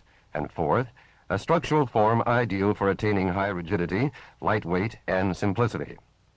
Numerous tests of models in wind tunnels and in free flight have confirmed these conclusions. Full-scale confirmation, however, is essential. The Model 7002 airplane was constructed to obtain these full-scale data. It has a 60-degree delta wing and a similar vertical surface. The airplane is powered at present by a single J-33A-23 jet engine with 5,400 pounds thrust for takeoff. Although this is less thrust than is obtained from more recent power plants, it does permit exploration of the airplane's characteristics at high subsonic speeds in level flight. Still higher speeds are obtained in dives. To establish correlation between theory and practice for this new wing planform, a flutter study is being conducted as a part of the program. A major problem in the design of all aircraft capable of transonic speeds is that of providing satisfactory control forces. The 7002 utilizes a 100% hydraulic boost system with no feedback. The pilot senses stick forces which are produced by an artificial field system. Forces are made to vary automatically with airspeed. Pilot comments during flight tests are taken on a wire recorder. An oscillograph and movie photo panel installed in instrumentation compartments comprise the other principal means of recording test data. Perhaps the most outstanding characteristic of the 60-degree delta wing is the low drag rise encountered at transonic speeds. A comparison of the increases in drag coefficient of conventional swept-back wings and that of a 60-degree delta wing near Mach 1 is presented here. The maximum value of the drag coefficient C sub D for the conventional wing is approximately 4 times that of the delta wing.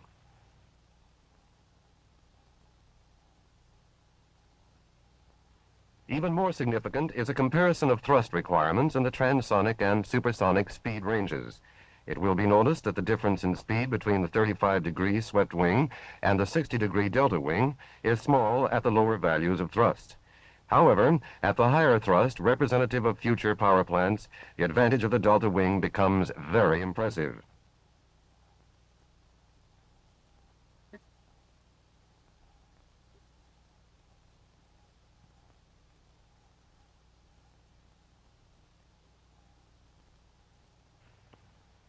Airplanes with conventional tail configurations experience a reduction in elevator effectiveness on approaching Mach 1, whereas a delta wing with integral control surfaces does the opposite.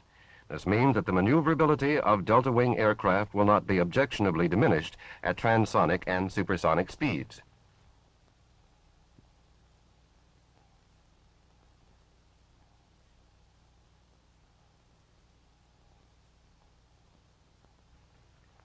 Another advantage of the delta wing is that gusts produce lower structural loads.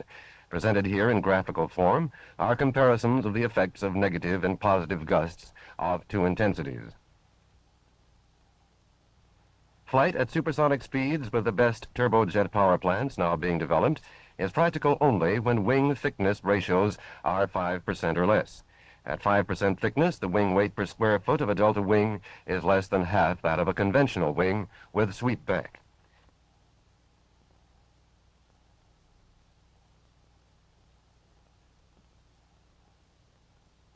Simplicity of construction inherent in the delta configuration is demonstrated by a comparison of the aerodynamic control surfaces required. The controls in the pilot's compartment are conventional. Elevons form the wing trailing edge and move up and down together to produce elevator action when the stick is moved fore and aft. When the stick is moved from side to side, one elevon moves up, the other down. This provides aileron action. Pedals control the rudder, which operates in conventional manner. Initial flight of the 7002 was made at Muroc Air Force Base in the latter months of 1948. In such testing, precise scheduling of operations is required. Other test projects utilize the same facilities. Coordination of all test activities is performed by the Air Force. Before the airplane is taken from the hangar, film is inserted in the instrument recording cameras, batteries are charged, and numerous other items are serviced or inspected. In order to have full tanks for flight, the airplane is towed to the runway before the engine is started. The pilot, flight inspector, and other project personnel necessary to the performance of a flight leave for the runway. Air-to-ground radio communication is maintained throughout test flights.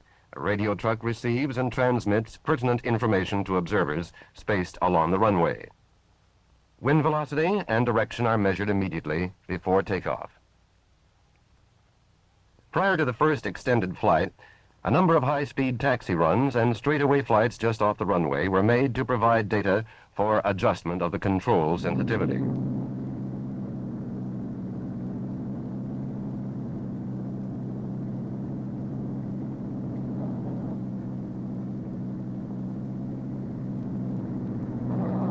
These runs allowed the pilot to become familiar with the airplane's handling characteristics and to develop the technique of flying at the high angles of attack associated with low aspect ratio wings. The first tests were conducted on the 7-mile lake bed runway. Subsequent flights have been carried out from time to time on the main concrete runway and the shorter lake bed runways. The combined efforts of the Air Force, the NACA, and Convair have been devoted to the launching of this new type aerial weapon.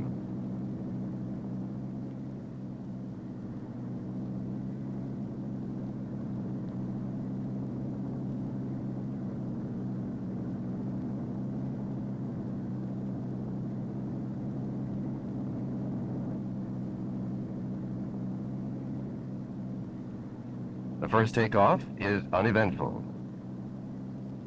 A chase plane is used to make close-up visual and photographic observations of the airplane and its behavior in flight.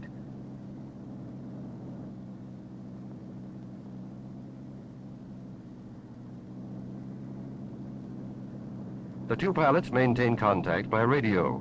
Movie cameras within the fuselage record control movements, airplane attitude, throttle setting, speeds, pressures, temperatures, in short, every aspect of the flight. Approximately 1,500 pounds of instrumentation is carried.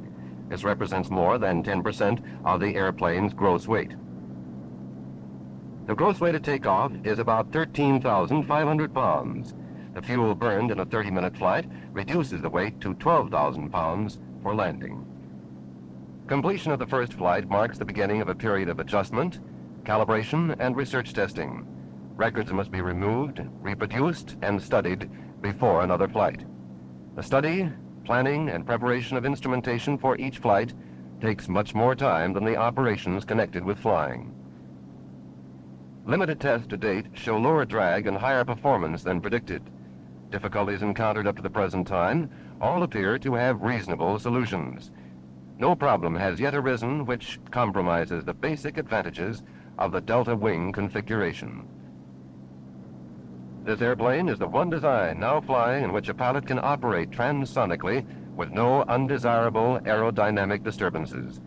With the inherent low drag and good aerodynamic characteristics at transonic and supersonic speeds, the Air Force now has a weapon which can be developed tactically with confidence.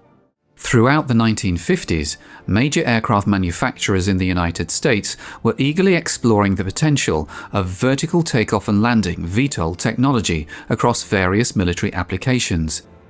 With the looming threat of intercontinental ballistic missiles and thermonuclear weapons, the military sought VTOL aircraft capable of operating from small dispersed sites without relying on traditional air bases or aircraft carriers, targets that were increasingly vulnerable to attack. A key concept driving this pursuit was the notion that an aircraft with a thrust-to-weight ratio exceeding 1 could vertically launch, transition to horizontal flight for mission execution, and then return for a vertical landing. Such capabilities promised to eliminate the need for expensive and easily targeted runways, enhancing the aircraft's survivability and operational flexibility in a rapidly evolving strategic landscape. Among the pioneers in this endeavour was the Ryan Aircraft Corporation, which endeavoured to translate this concept into a practical fighter aircraft for the Air Force with its X-13 Vertijet. However, like most other VTOL aircraft, the performance compromises made for their unique capabilities did not warrant its introduction in place of more capable conventional aircraft. The idea for the Vertijet originated just after World War II, when engineers for Ryan casually debated whether or not their FR-1 Fireball, which had a thrust-to-weight ratio of 1 at low fuel quantities, could take off vertically. The vertical takeoff idea soon advanced beyond the discussion stage. In 1947, the Navy's Bureau of Aeronautics enlisted Ryan for a contract aimed at exploring the technical complexities associated with developing a vertically launched jet fighter, a pivotal aspect of a broader initiative to assess the viability of submarine-based aircraft. Concurrently, the Navy funded a series of experimental tail-sitter aircraft comprising conventionally configured planes outfitted with large counter-rotating propellers designed to rest vertically on reinforced tail sections. Notable examples included the Convair XF-Y1 and Lockheed XF-V1, intended to utilize their high-thrust propellers for vertical takeoff from various naval vessels, thereby furnishing defensive air cover without the need for aircraft carriers. Ryan's engineering analyses demonstrated the feasibility of a comparable jet-powered design, augmented by a reaction control system capable of redirecting exhaust gases to facilitate control during hovering and low-speed flight. Subsequently, a Navy contract facilitated the construction of an unmanned flying prototype, which conducted its inaugural flight on October 20, 1950.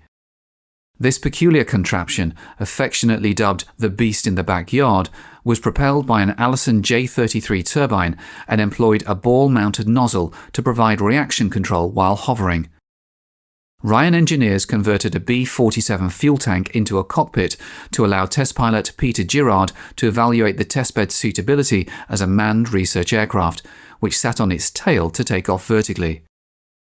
On November 24, 1953, Girard made the first manned hovering flight in a jet aircraft with this unusual machine. After Navy funding ran out, the Air Force became interested in Ryan's experiments and in July 1954 issued a contract to the company to construct 2 VTOL tail-sitter demonstrators designated as the X-13 Vertijet. This project, based on the earlier Navy design proposal, was to demonstrate the suitability of easily dispersible VTOL fighters. Under the guidance of Chief Engineer Curtis Bates, the X-13 emerged as a compact, single-engined delta-wing fighter, with its distinctive features being a set of winglets and fixed landing gear, elements that might appear ordinary to the casual observer. Spearheaded by Robert Furman and the Ryan Technical Section, the aircraft was meticulously designed to be transported on a specialized trailer, capable of tilting vertically to facilitate the launch and recovery of the X-13 during vertical takeoffs and landings. In late 1955, Ryan successfully completed the first Vertijet, serial number 541619, and on December 10th, Girard piloted its maiden flight. Initially equipped with a fixed tricycle landing gear, the X-13 underwent testing as a conventional aircraft. Furman and his team prioritized exploring the conventional handling characteristics before risking vertical flight testing. Following the resolution of oscillation issues through the installation of dampers, engineers affixed a temporary steel tube truss with custering wheels to the rear of the X-13. This modification allowed the aircraft to assume a tail-sitting position during vertical flight testing, eliminating the need for the complex launch and recovery procedures associated with the launch trailer. Pete Girard made the first vertical takeoff and landing on May 28, 1956. On the same day, the second X-13 made its first flight. The aircraft was agile and responsive in conventional flight. As the aircraft transitioned to a nose-high attitude to achieve a hover using the thrust from its own engine, a vectorable exhaust nozzle linked to the controls provided a straightforward and efficient means of control. To facilitate the delicate landing process, small bleed air thrusters positioned on the wingtips enabled minor adjustments to the pitch and yaw of the aircraft when necessary. Integrating both conventional and VTOL control systems, a stability augmentation system ensured smooth transitions without requiring abrupt changes to pilot control inputs. During vertical takeoff, the launch procedure involved raising the bed of the launch trailer vertically. This allowed the X-13 to hang from a cable suspended by two arms on the top of the trailer, featuring a partially retractable hook. For vertical operations, flat bumpers replaced each of the main wheels on the fixed landing gear, preventing damage to the fuselage underside if it swung into the trailer bed, thereby facilitating transportation. Subsequently, the pilot would increase throttle until the hook lifted off the launch cable, then maneuver away from the trailer and accelerate vertically, smoothly transitioning to conventional flight.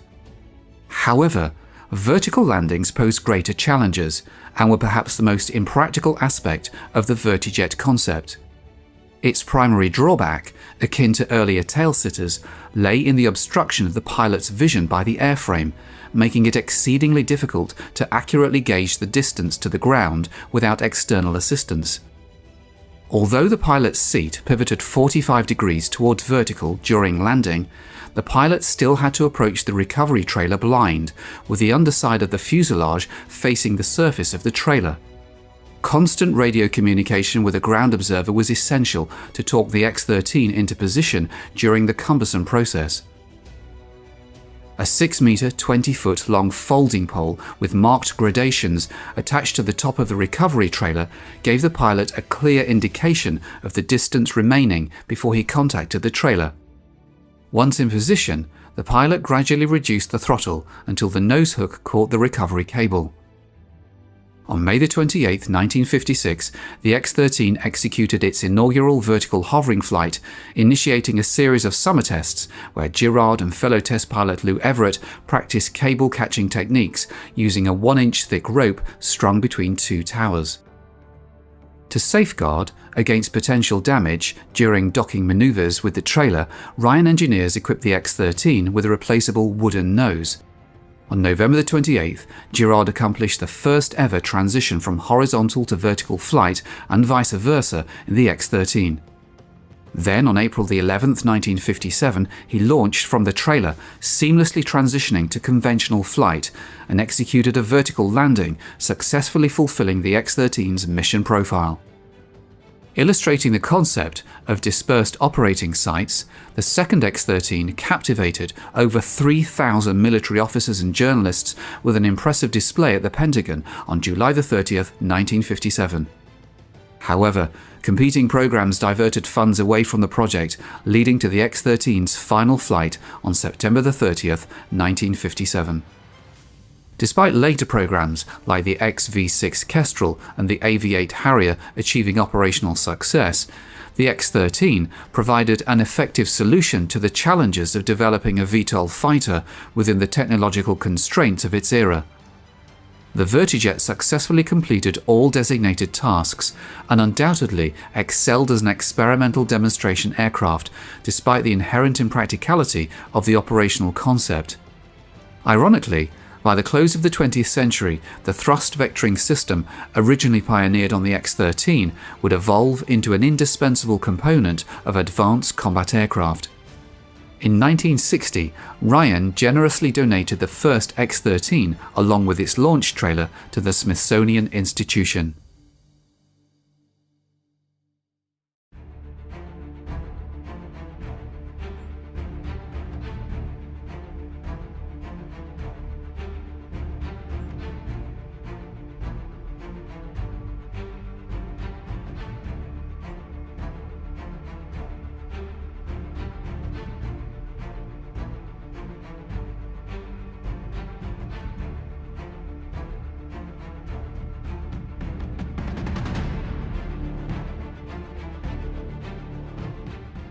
During the early stages of the Cold War, and before the advent of guided missiles, the West had to rely heavily upon jet-powered fighters to ward off Soviet bombers. For some time, the only effective armament for these fighters were barrages of unguided missiles. One of the changes that took place in the 1950s involved air-to-air weapons. It had been traditional until then that combat airplanes would carry machine guns or cannons.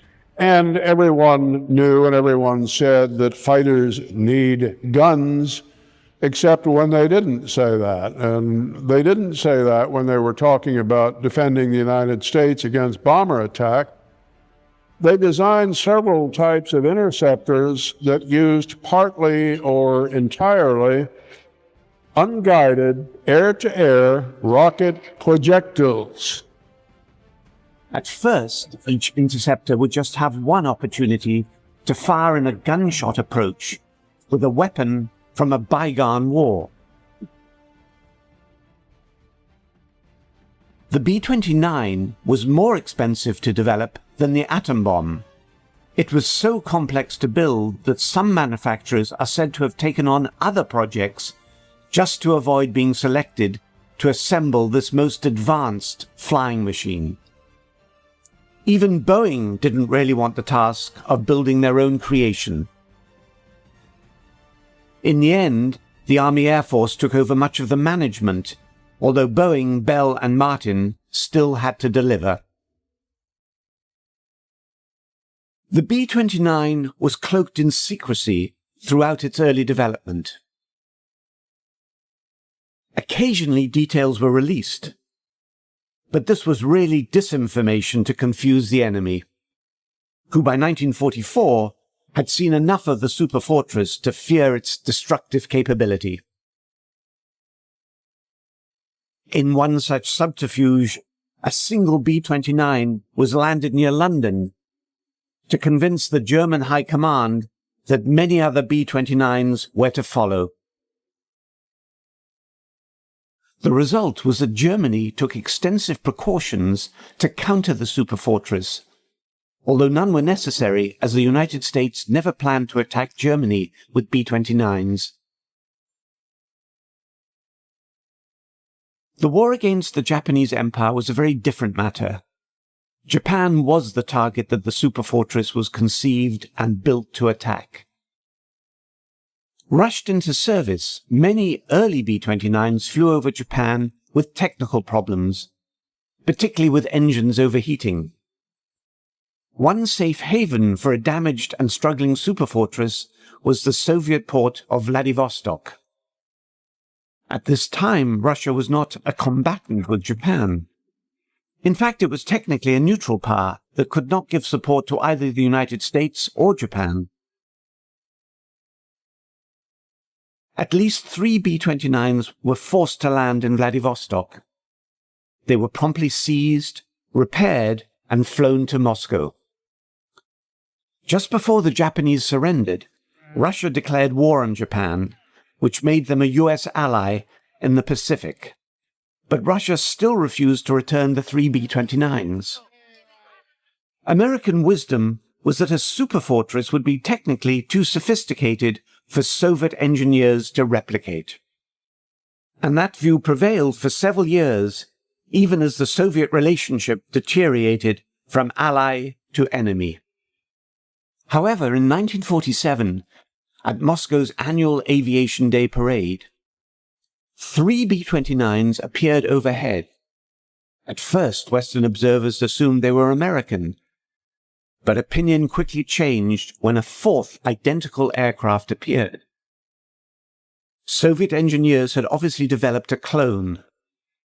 This was bad news on the aviation front, but worse still was the knowledge that the Soviets had for some time breached Western security and had gained access to atomic secrets. The Los Alamos project alone had at least 3 Soviet spies in its workforce. In August 1949, the Soviets, in an exercise known as First Lightning, detonated their first atomic bomb. The news shocked the West. Soviet possession of the atom bomb and the means to deliver it demanded an effective response. However, most Western air forces at the time were still flying fighters from World War II. Anticipating the nuclear threat, in 1946 a new air defense command had been formed for the aerial protection of the continental United States. At first, the ADC had to rely upon a stalwart Second World War night fighter, the Northrop P-61 Black Widow. The aircraft offered some radar capability, long-range and all-weather endurance, but most important of all, it was available. Later, an unusual derivative of the successful P-51 Mustang, the P-82 Twin Mustang, was pressed into service. The original P-82 was envisioned as an escort fighter. It was fitted with radar and served as an ADC interceptor. However, neither of these aircraft had the speed of a jet, and they relied upon machine guns or cannons, neither of which were likely to be very effective against a B-29, wherever it was built. Having designed the Superfortress in the first place, the US knew only too well its defensive capability. The task of successfully downing a B-29 had been given to German engineers some years earlier, when the Nazi hierarchy were tricked into believing that superfortresses would be used over Germany. The Wehrmacht's answer came in the form of the A4M rocket. The rocket had been developed from an artillery missile of slightly less than 3 inches diameter and had 8 folding fins. These would be fired in a salvo at an oncoming American bomber. The salvo approach was necessary because the rockets lacked accuracy. Allied intelligence had been aware of the A4M's devastating effect when they hit a target, especially when coupled with the speed of an Me-262. Against this arrangement, the Allies had no answer. One of the weapons that really, I think, would have been a very frightening thing if it had gone much further was the Me-262 armed with the R4M rocket missiles. Now, they had 2 batteries or 2 racks of 12 in each wing, and they were used right at the end of the war. Not in a great deal, but when they struck a bomber, it wasn't a question of damaging it, downing it, it was a question of disintegrating the entire thing. It was, a hit was total destruction. The technology was really quite basic. In the 262's case, the launch platforms were basically carved out of wood. Other German interceptors using the A4M were fired from a simple metal tube nicknamed the stovepipe. Apart from the A4M's motor, the only other technology it employed was its folding fins, which snapped open after launch. FW-190s and Me-262s were adapted to use Germany's new rocket defense. However, there was one aircraft that was built around the A4M, extremely ambitious and reflecting the desperate state of the Third Reich. The Bachem-Natter's sole reason for existence was to deliver the deadly folding fin rocket. The Natter used a chemical-driven Walter rocket as its main motor. 4 solid-fueled rocket power plants aided its vertical takeoff. Bachem's design only flew on one occasion and killed its young pilot in the process. But knowing of its deadly potential, Allied ground troops were to prioritize the capture of anything to do with the A4M. Fast forward to 1949. NATO gives Russia's clone nuclear bomber the codename Bull. By this time, some of America's first-generation Air Defense Command jets were close to delivery. Many of them were developed for use with two valuable assets that would help reduce the Soviet threat. Firstly, the US had improved on the A4M concept with the introduction of a four-finned 2.75-inch rocket that would ultimately be named Mighty Mouse, after the popular cartoon character of the time.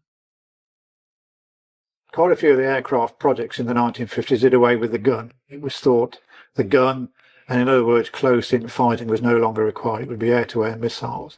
But you can only carry a small number of missiles at the time. And so an alternative to the gun was the unguided rocket. In America, the version was known as the Mighty Mouse. Airborne radar was also coming of age. First employed at the end of World War II, it was now ready for use in conjunction with ground radar. Radar was particularly important when employing fighters known as interceptors, as they are required to fly at night and in all weather conditions. In 1945, the US Army Air Force was preparing to enter the jet age and had asked for submissions for a jet-powered night fighter to replace the propeller-driven aircraft it then had in service. A serious contender for this contract was the Nighthawk, a four-engined dual-seat interceptor from the Curtiss-Wright Company. The Nighthawk's failure to perform in flight tests in 1948 led to the demise of the Curtiss-Wright Company. Instead, Air Defense Command chose a contender from Northrop. The F-89 Scorpion had two engines for safety and dual seats, one for a dedicated radar operator. The Scorpion was to be equipped with cannons because Mighty Mouse was not yet available. Delays in delivery of the F-89s had the advantage of enabling them all to be fitted with folding fin rockets. In fact, the Scorpion could carry 102 of the rockets. The F-89, which was quite an interesting aircraft, the big rocket pods out on the end of the wing, and pretty heavy aircraft, but the usual case that we've done in so many of our aircraft, by the time we get through hanging things on them, they're all underpowered. and the F-89 didn't last long, but it was one of the airplanes in the air defense development that took place as we moved into the Cold War time frame and our expectations that we might have to fight Russia. However, late delivery of the F-89s at this very sensitive time in history led Air Defense Command to order two other interceptors as immediate backup. Lockheed calculated that they could convert the T-33 trainer to a two-seat interceptor using up to 75% of the Tu-33's parts, a major saving in money, and more importantly, time. ADC was very impressed as the first flight of the XF-94 was made just 3 months after the contract was signed. The latest C version of the Starfire carried Mighty Mouse rockets just as they were starting to become available. The second backup for the Scorpion was a North American aviation project. The company's F-86 Sabre had been a major step forward in fighter design, but it was primarily a dogfighter, not an interceptor. But North American believed that the basic frame could be converted into the interceptor role. In the event, only about 25% of the original F-86 parts were used to make the F-86D or Sabre Dog. Nevertheless, their unit cost was around 1/3 of the twin-engine Scorpion. Nearly all the 2,800 F-86Ds that rolled out of North American's plant were armed with the Mighty Mouse rocket. Like the Nazis' Bacher-Natter interceptor rocket, it existed solely for the purpose of delivering 2.75-inch folding-fin rockets. The F-86D didn't have any guns. The F-86D Sabre carried a tray of these rockets under the pilot. The tray had to be extended, then the rockets could be fired. There was another interceptor that would be armed with the folding fin projectile, the Canadian CF-100. We had 2 rocket pods, 29 rockets each. And so there's 58 total, and it was a one-shot effort. So when you were into a bomber stream and locked onto the bomber, you would fire these things off, and it was essentially a shotgun type approach. You're bound to hit something. One rocket would do the job. Canada's Arctic region required an all-weather aircraft. Like the Scorpion and the Starfire, the CF-100 had a 2-seat configuration with a dedicated radar operator in the rear. Working in conjunction with a string of early warning radar posts, almost 700 CF-100s were built. They served for almost 30 years. So important was the project that Avro Canada cancelled its promising early jet airliner design to concentrate on its rocket-firing defender of North America.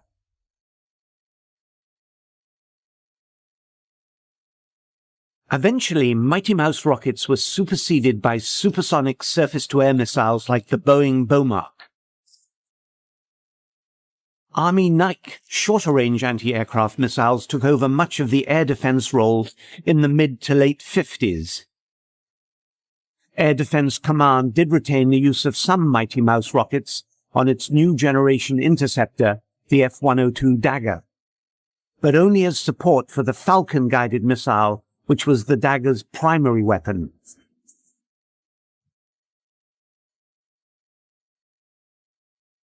As guided missile technology improved, the Mighty Mouse was no longer able to compete for a spot on board US interceptors. Unguided rockets. They didn't have very much range. They were unguided, and of course the moment you fired them, they were under the effect of gravity, so actually getting them to actually hit a target, anything beyond a very short distance, was really not much chance. And so needless to say, by the 1960s, this weapon wasn't carried very often at all.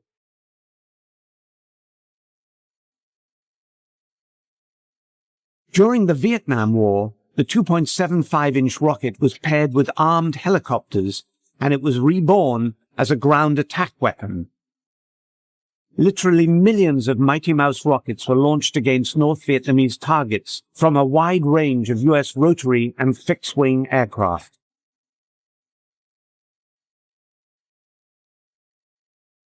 Specialized warheads could be fitted onto the rockets depending on their intended end use, be it anti-personnel, anti-tank, or basic target marking. During the Gulf War, the Apache helicopters that opened the air campaign by destroying 2 Iraqi radar sites with Hellfire missiles also carried Hydra 70 rockets, the modern-day incarnation of the Mighty Mouse. The folding fin rocket was born out of the Reich's desperate need to stop the flow of Allied bombers devastating its territory.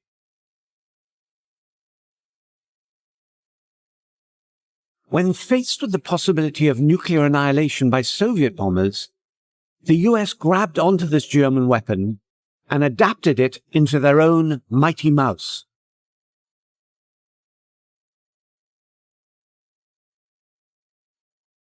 Those surface-to-air missiles and air-to-air missiles would relieve the Mighty Mouse of its intended mission of knocking down Soviet bombers, the folding fin rocket would find new life as a ground attack weapon, a mission it still carries out to this day.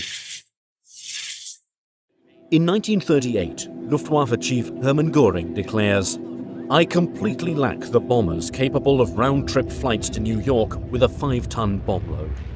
I would be extremely happy to possess such a bomber, which would at last stuff the mouth of arrogance across the sea." 4 years after that statement is made, the nation of Germany begins to feel the industrial strength of America firsthand. bombers begin pounding the Nazi regime day after day with attacks from England. With the United States means of production out of reach, any hope of retaliation seems impossible. Little do American leaders know that 3 planes are being developed in order to do just that. Messerschmitt 264, Junkers 390, and Focke-Wulf TA-400 are being rushed into production to make it across the Atlantic in order to reciprocate this destruction. It is a project cloaked in secrecy for more than 70 years. Many details are sketchy, based on hearsay and unsubstantiated claims. Now take an in-depth look at both the planes and the possibilities they represented. Could they have tipped the scale in favor of the Axis so late in the war? Could they have actually made it across the ocean and back without refueling? Explore alongside historians and experts the story of the America bombers.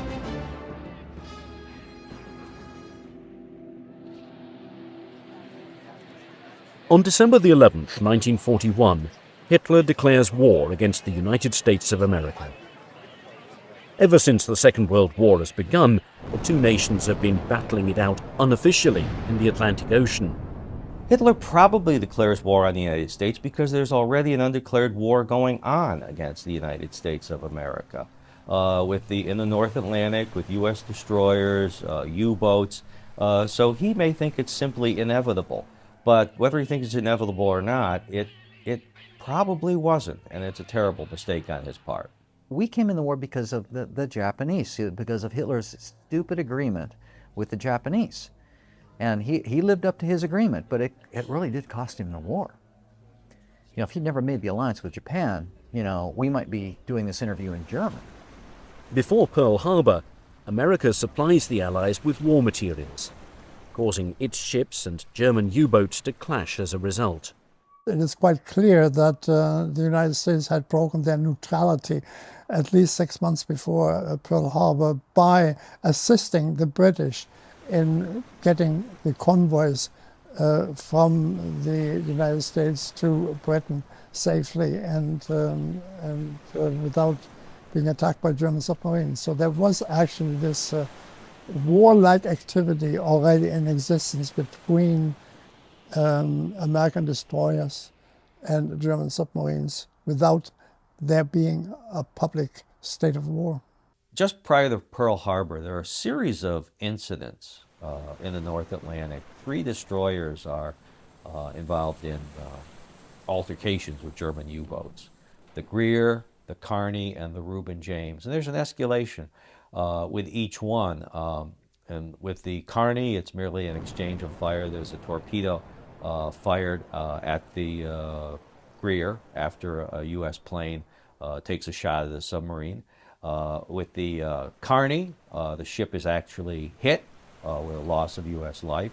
And with the Reuben James, that is sunk. And Roosevelt points to this as a reason for increased vigilance and activity against the Nazis. And it's a question of who fires first and all that. For Hitler, the decision is an easy one. The United States will no longer be considered neutral. The gloves can finally come off. Its shipping capabilities are now fair game for German submarines. Once victory is declared over the Soviet Union, America and Britain will sue for peace. That is the Nazi plan. In less than a year, however, the exact opposite happens. Fighting against both Japan and Germany, the arsenal of democracy only grows stronger. The Americans, again, had the resources, they had the industry, they had the time, and this huge industry that could produce trainers, fighters, light bombers, medium bombers, heavy bombers, patrol bombers, any type of aircraft you can think of, and the tanks, and the trucks, and produce the gasoline, and the munitions, and everything else, and the ships. Huge navy. They could do all of that at the same time. The Germans couldn't. Factories begin turning out a plane every 5 minutes, and a ship every day. American factories were in 24/7 production by the end of 1942, and in 43 and 44 not only armed one of the largest militaries in the world, but armed our allies as well, the British, the Soviet Union. In the course of the war, we gave somewhere around 50,000 trucks to the Soviet Union, 15,000 tanks, 7,000 aircraft. The United States has a unique advantage due to its geography. It does not have to worry about planes bombing their factories. It can go on producing at an unprecedented level. America never really gets out of the Great Depression until World War II comes along.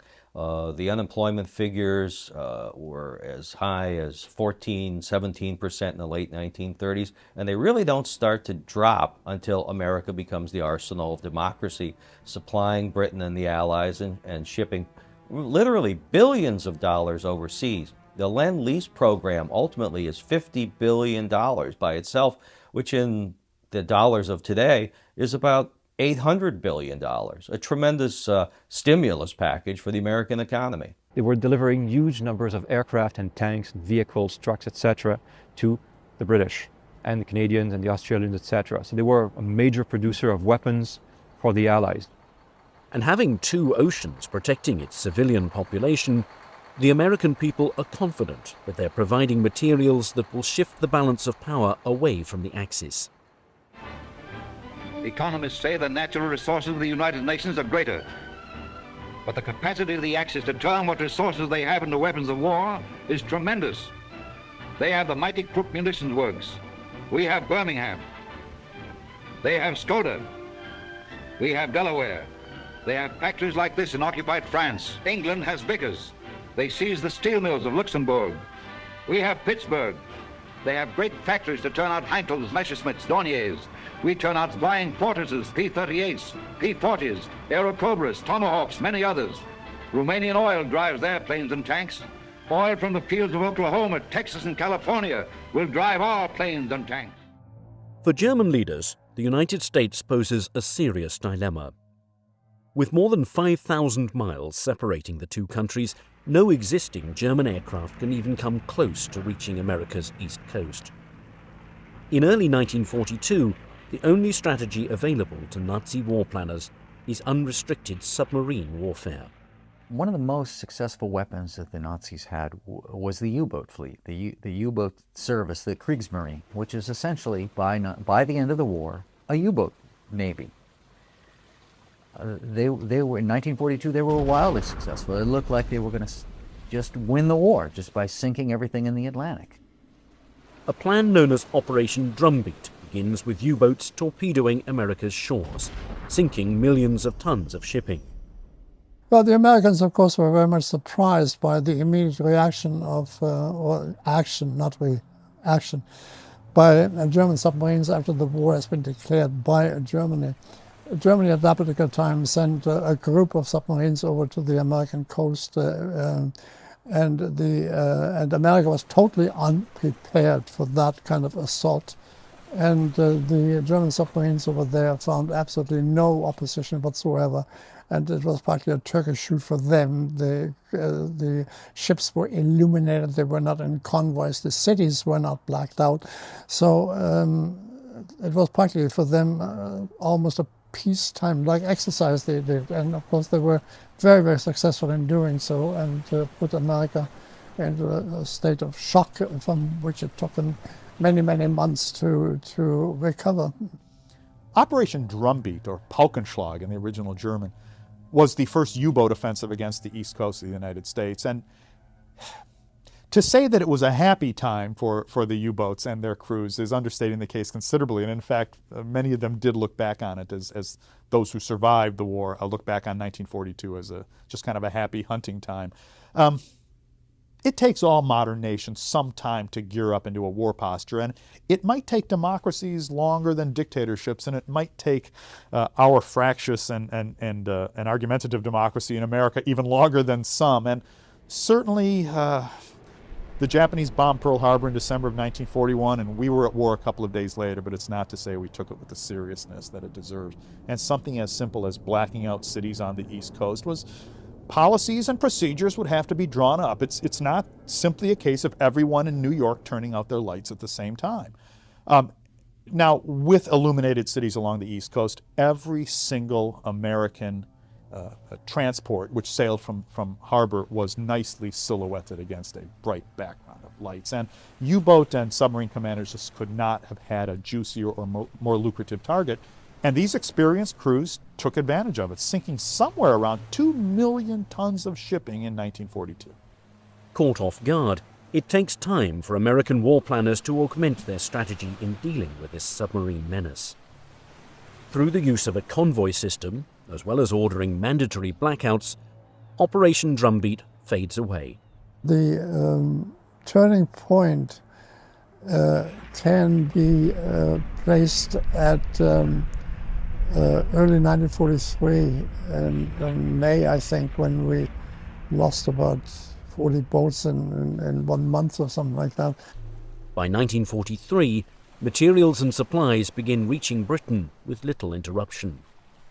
Once on English soil, their impact is felt immediately. B-17 flying fortresses and B-24 Liberators begin flying over the heart of Germany. Alongside British planes, the fatherland is bombed mercilessly.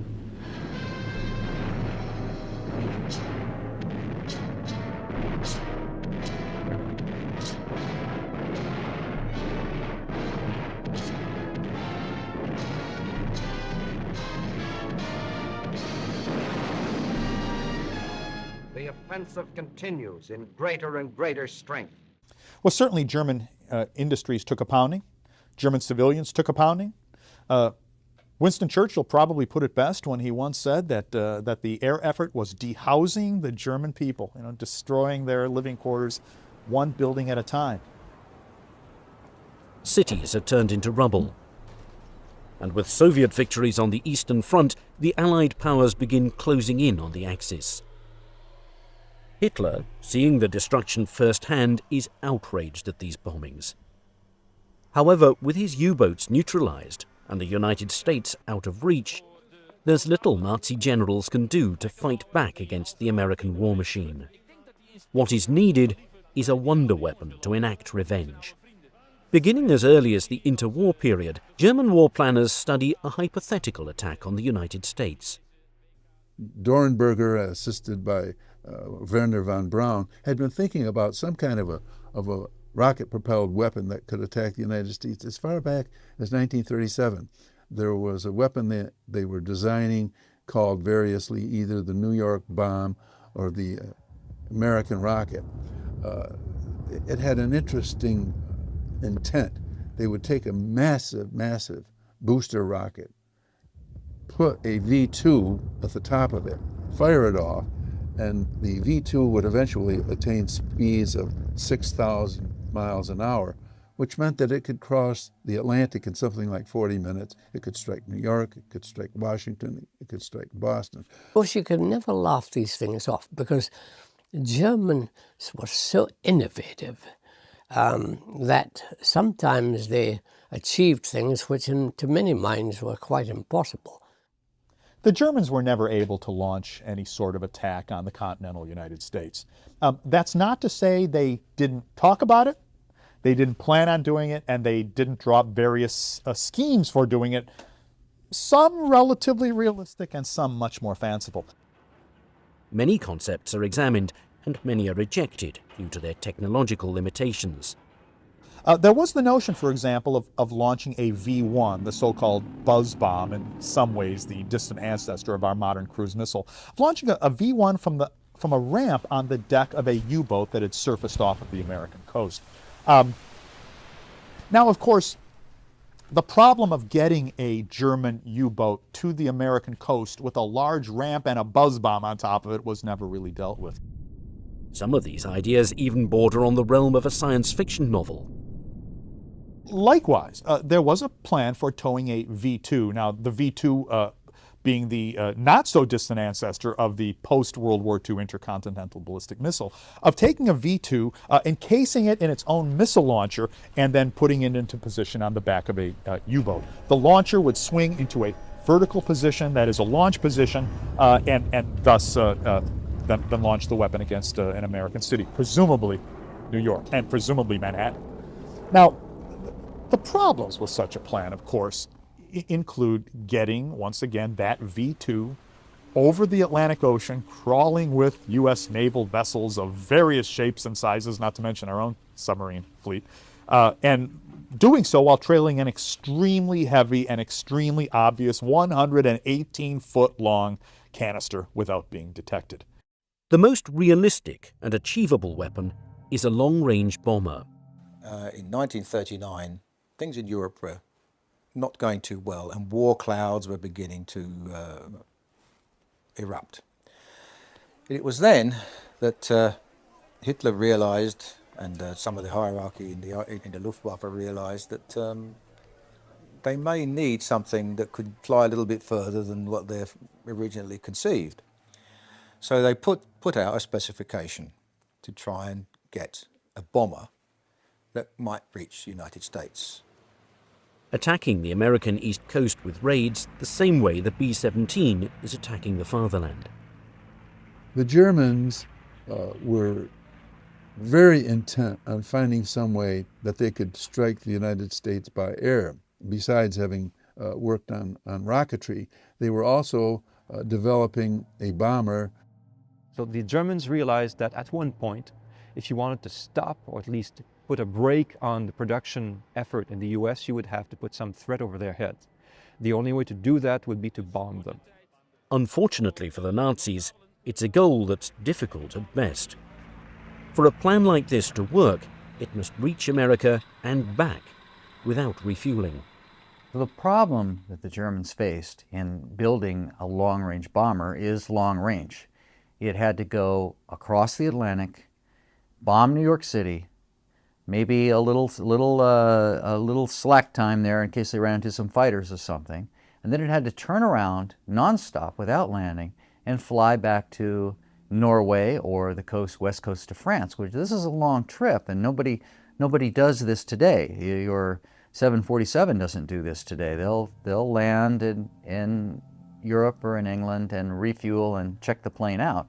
They couldn't do this. The Germans couldn't do this. They had no way to land. So if you're going to do this in a round-trip fashion, you have to have a truly intercontinental bomber. And this is something the United States didn't have until the B-36, which was 1949, 1950. Their best chance is with the Bollemann-Voss 222 flying boat. But the odds of it making it back to the fatherland are slim to none. Well, I flew the 222, and I would certainly agree it could get to within range of the American coast. It was a pretty impressive flying boat. I do not believe that they could ever have attacked the American coast and got away with it, because though it had this tremendous range and it was nice, quite nice to fly, got quite light handling controls, it was very vulnerable to a fighter attack. And I just don't see it surviving any attack by any fighter at all, frankly. 12,000 miles would be needed in order to strike. No plane during this time can even come close in covering a distance this size. The Germans' longest-range bomber, the Heinkel 177, is encountering numerous problems with its unworkable tandem engine arrangement. They didn't really get around to building 4-engine bombers, and when they did, it was an off and on type of thing. So one general actually was fired over this idea that he didn't come up with a 4-engine bomber later on in the war, Ernst Udet. He was marginalized and then committed suicide, probably over this very issue. A plane of this magnitude must instead be designed from scratch. But they realized it would have to be a very long-range bomber. For all intended purposes, you're looking at the German equivalent of the B-29. And in order for it to work, an enormous amount of time and material is needed for production, development, and testing, something the Germans are lacking by this time. There were lies about the stocks of aluminium available. Production had not been rationalized. civilian resources had not been mobilized. And there was still a belief on the part of fighter pilots that quality was what mattered and that you would only get that by producing aircraft in relatively small numbers. So mass production was avoided. In 1944, Britain alone had 12 factories that employed more than 10,000 people. Germany only had 2. Despite these roadblocks, Adolf Hitler, having a fascination with wonder weapons, enthusiastically gives a green light to the project. The America bombers are born. To provide a buffer of relief, Nazi planners believe they have a perfect halfway point. The Azores, an archipelago of 9 islands located 900 miles east off neutral Portugal, is ideal for a project of this nature. Now they realized that the distances were huge. Actually, that's why they considered using the Azores as a base. It's halfway across, not quite halfway across the Atlantic, but it's certainly closer than bombing from bases in France. So there was definitely an interest there. In 1940, after the fall of France, Admiral Raeder strongly urged Hitler to occupy them before the Americans could get to the islands first. At one time, it was speculated, even Hitler suggested, that perhaps they should invade the Azores and take over the Azores and use it as a jumping off point for their long-range aircraft to fly to the States. Now, if German planes are given permission to land the same way German U-boats are allowed to dock, this geostrategic area would be worth its weight in gold. Having the range requirements significantly reduced, the plan to bomb America now appears more feasible than ever. What is needed now are targets. In order to cripple the arsenal of democracy, these hypothetical German planes cannot just bomb indiscriminately. They instead must go right after their means of production, attacking factories that are building the planes and bombs that are ruining German cities. Prepared by the War Department in April of 1942, a 33-page document lists 21 potential targets for the Germans to attack. The Aluminum Company of America, located in Messina, New York. The Chrysler Corporation in Detroit. The Wright Aeronautical Company in Cincinnati, Ohio, and many others are the destinations for the America bombers. The targets and the takeoff are set. In looking for companies to build these super bombers, the Nazi regime goes to the very best. They came up with some designs. Every builder would come up with, every aircraft manufacturer would come up with a design, and they would take a look at the designs on paper and select one. Messerschmitt, makers of the Me-109 and the 110, 2 planes that battled Spitfires and Hurricanes during the Battle of Britain. It's also the company that's working on the revolutionary Me-262, the first jet-powered aircraft. Beginning in the late 1930s, Messerschmitt begins dabbling in what is known as Secret Project P1061. Its requirements are for an aircraft capable of reaching bases in Central Africa as well as Vichy French territories. Now, the plan calls for a plane that can reach the United States, carrying a payload of 5,000 kilograms. Messerschmitt came up with an idea that got off the ground, the Messerschmitt 264, and they originally wanted something like 6 prototypes for testing. And if these were proved successful, then they were going to build a fleet of them. Awarded the contract by the German government, workers at Messerschmitt begin working on the aircraft known as the Me-264. Different versions are considered, and once the plane begins taking shape, it starts to look eerily similar to another design that's being constructed across the ocean. So by and large, there were designs. I think there was a Messerschmitt 264, which looks a little bit like a B-29. The 264 was actually quite an interesting aeroplane design. It had a circular fuselage section, which in stress terms was very, very good, because the circle has equal stress points. It was built over a long period of time, and it didn't actually fly until 1942.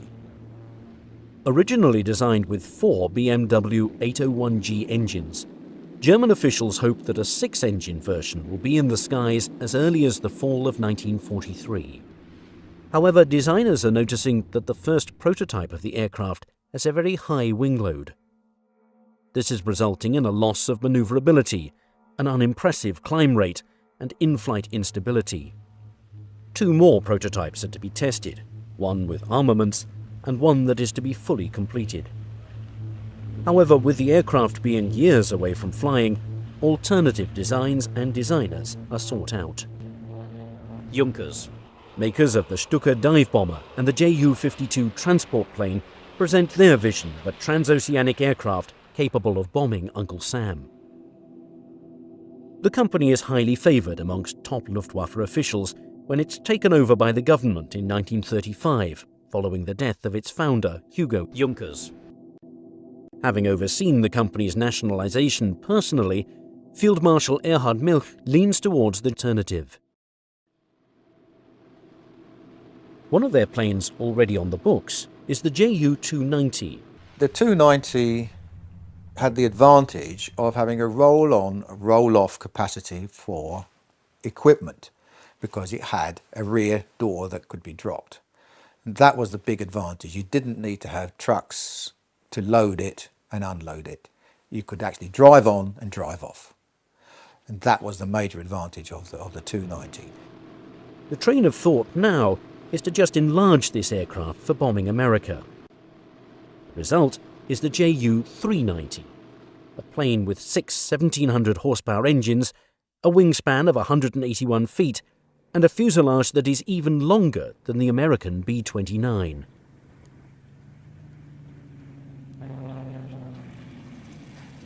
Junkers were actually adapting their Ju-290 aircraft into the Ju-390, which was actually a 6-engined aircraft. And a lot of people, especially the German Navy, thought that would be quite a nice aeroplane, and others thought that yes, it would make a very nice America bomber. The Ju-390 was a similar situation. There were 2 built that we know of. One was given to Hans Bauer, the Hitler's pilot. So it was for Hitler's use, for state use. So Hitler had a 390. Built at the Junkers factory in Dessau, the first prototype is able to make its maiden flight in August of 1943. They had high hopes for this bomber, and between this and the Messerschmitt 264, it looks like that much time, or if not in total time, these were controlled by the SS. Despite its early success, the Nazi hierarchy still wants an insurance policy.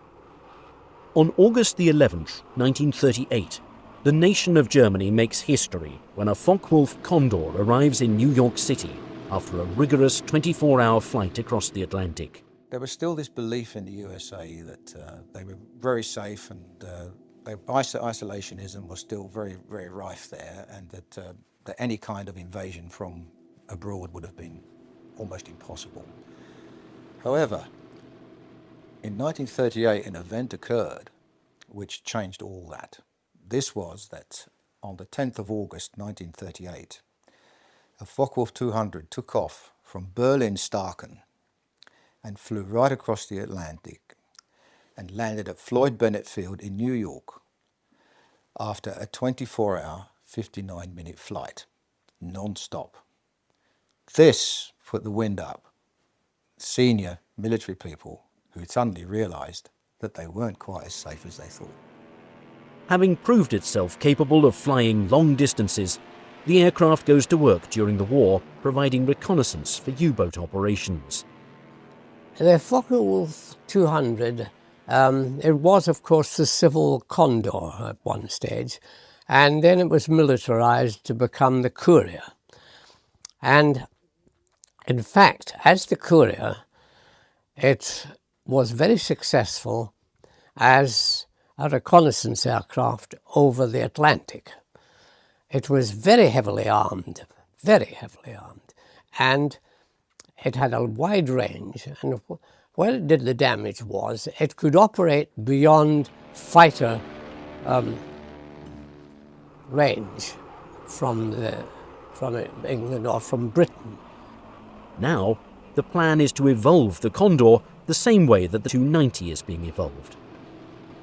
The result is the TA-400, consisting of 6 BMW 1700 horsepower engines.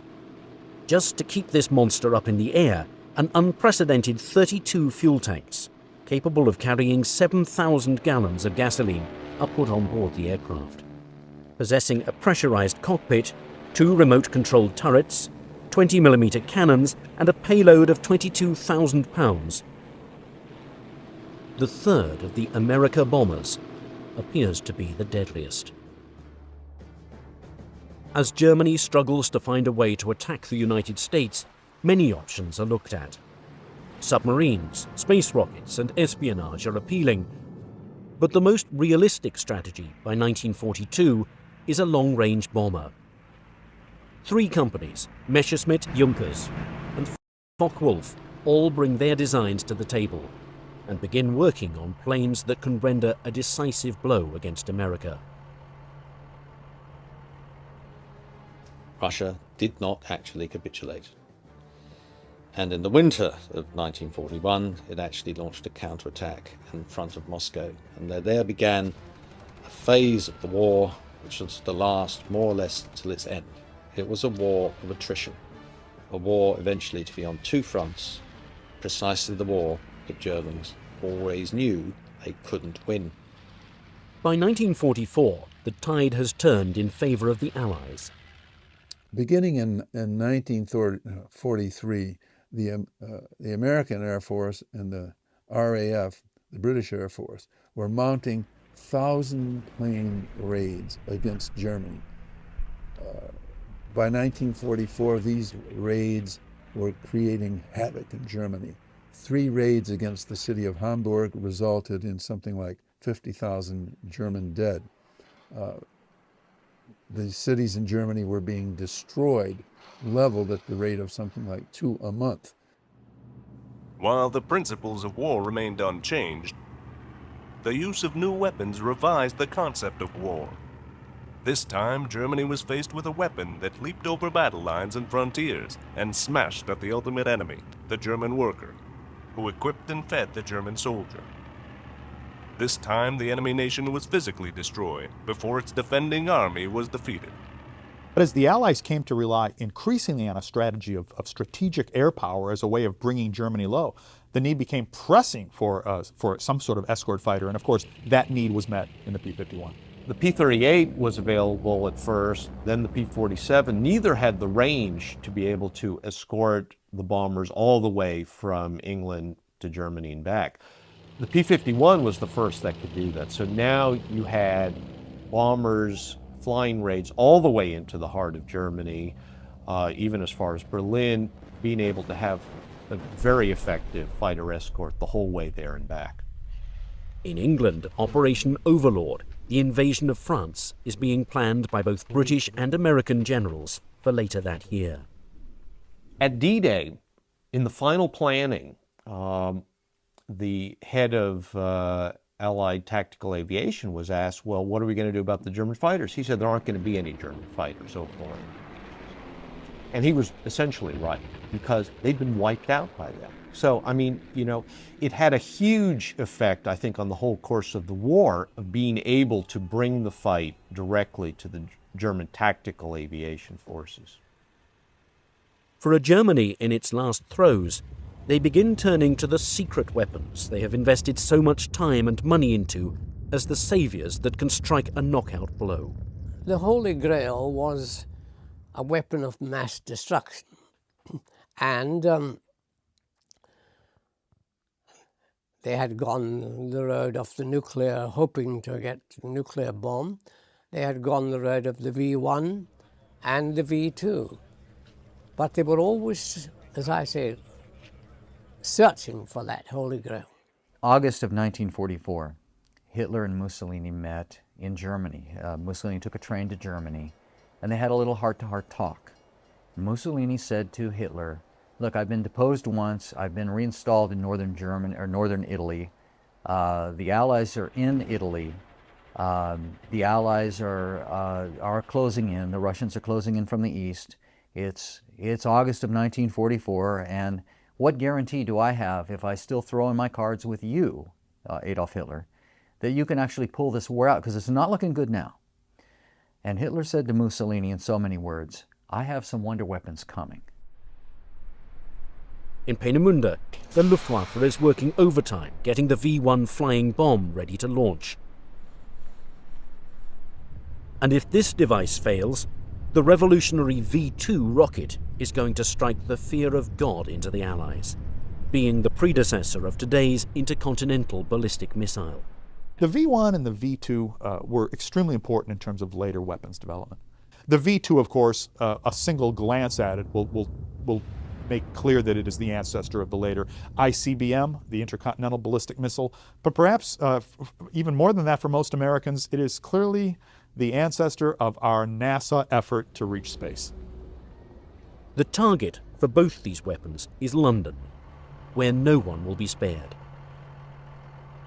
Britain's ally, the United States, is also set to receive a deadly dose of a different type of wonder weapon.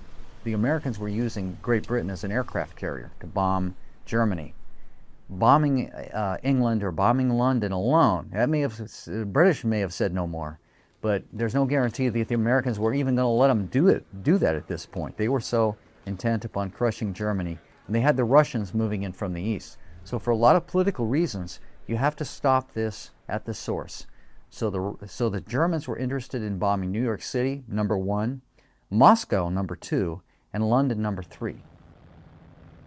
In order to strike fear across the Atlantic, the America bombers are being hurried along. As development continues, the Nazi leadership is hoping to get at least one of these planes across the ocean to deliver a fatal blow. The Junker 390, which was tested in a flight that managed to remain aloft for something like 12,000 miles, which would easily have made a round trip to the United States. And one of the practice runs they ran within 12 miles of the U.S. coast. The Germans even had another bomber in their plans, and that was a Messerschmitt plane, the ME-264. It was also tested and very likely could have struck the United States. If this plan proves successful, the psychological impact could be the German equivalent of the Doolittle raid. Yeah, the targets for the ME-264 would obviously have been preferred to be military targets. But the propaganda value of simply dropping a few bombs on New York would have had an amazing effect both in the USA and on the morale in Germany. In the USA, it would have no doubt caused a lot of panic and created a lot of defensive maneuvers within the East Coast because they didn't know if and when the bombers could come back. In bombing the United States, the Germans saw that they could politically damage the United States, to damage the American leadership so much that the Americans would reconsider their quest for total victory. In other words, that the Germans could do a deal. The Germans could do an armistice on the Western Front and perhaps keep fighting the Soviets. They really didn't like the Soviets. The Americans and the British they didn't, that wasn't part of the bargain when they started the war. They really didn't, they looked upon us as more of a nuisance that got to festered and became a huge problem for them. So they would have always liked to just do away with us and continue fighting the Soviets. As intelligence leaks, President Franklin Roosevelt and Prime Minister Winston Churchill begin to worry about the secret weapons Germany might have in store for them. Franklin Roosevelt was very conscious of the capacity of German science. And indeed, in 1944, in December of that year, one of his agents who was posted in Turkey, which was a hotbed of international espionage, reported to him that the Germans had mastered another weapon called the V-3, and that it was capable of attacking the United States. Now, Roosevelt took this threat seriously. In fact, he confided to one of his people that he understood that a single bomb launched in this method could destroy a United States city. So he put the East Coast on alert when this attack presumably was going to happen. Obviously, it did not occur, but it pointed out the potential of German science. If resources are diverted, England will be softened up for the eventual launchings of the V1 and the V2. The only thing that Germany does not have on its side is time. By 1944, as the America bombers are being developed, Germany remains in a weakened state. Being pounded into submission day and night by Allied planes taking off from the coast of England, and with the Soviet Union moving in from the east, it's no longer an if, but when the Nazis will surrender. Their factories cannot continue unless a dramatic reversal of fortune occurs. Only a miracle weapon can save them, which along with the V1 and the V2 is hopefully the planes designed to pulverize Uncle Sam. However, just as the project begins to develop, the dominoes begin to fall, lessening the chances that one of these planes will make it up into the skies before it's too late. The first of these is the decision by the Portuguese government to lease the Azores bases to the Allies. Sensing which direction the war is going in, the neutral nation turns away from the German plan to launch the America bombers from their territory. This key strategic site, where the Third Reich planned to base these planes, is now only a distant memory. As German cities and industries crumble, Luftwaffe officials are forced to make drastic cuts. In many respects, the America bombers are typical of the hundreds of secret projects being mismanaged that become the Achilles heel of the Luftwaffe. Right up to the last day of the war, they were working on 138 different guided missile projects. How can a nation which is on its knees be expending effort like this? Fortunately for us, they were expending this sort of effort through total mismanagement and lack of control of their resources. And one of the failures of the German Luftwaffe was their inability ever to work out a sane procurement and production process. Prototypes would be built and abandoned. They would be rebuilt and altered by Hitler's order and abandoned, and rebuilt a third time and perhaps put into production as an aircraft very, very different from what the original designers had intended. This took place throughout the war, compared to, for example, U.S. procurement policies, which become a giant bureaucracy embodied in the War Department and soon thereafter, World War II, embodied in the Pentagon. The Germans were simply not able to compete on that level. Only 3 Me-264s had actually been ordered, out of which only 1 was realized, and the other 2 were still in small parts, and nothing really serious was taking place there. And then out the blue, the RLN, the German Air Industry, asked if they could produce 30 Me-264s. But then everybody realized that where would they build them, how would they build them, and from what would they build them? It was really the boat had been missed on any of that. The resources, the time, the crews, the ground support equipment, the bases, because you can't base aircraft of that size on a grass field. You need all the infrastructure. You have to get the bombs to the base. You have to get the fuel to the base, and not just once. You have to get the fuel coming back constantly, day after day after day. It's a huge infrastructure that the Americans, the British had to put up in Great Britain. The UK was a giant service station. It's hundreds, thousands of aircraft had to be refueled constantly. That infrastructure did not exist in occupied Europe for a large bomber force. Because sending 2 aircraft every week, what's the point?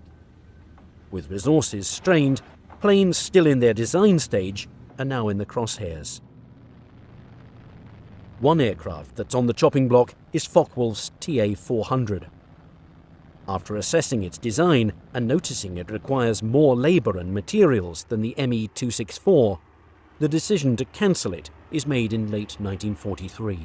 They investigated and then realised that to actually build it and make it fly would take so many years that it was just impractical to even consider the project as being feasible.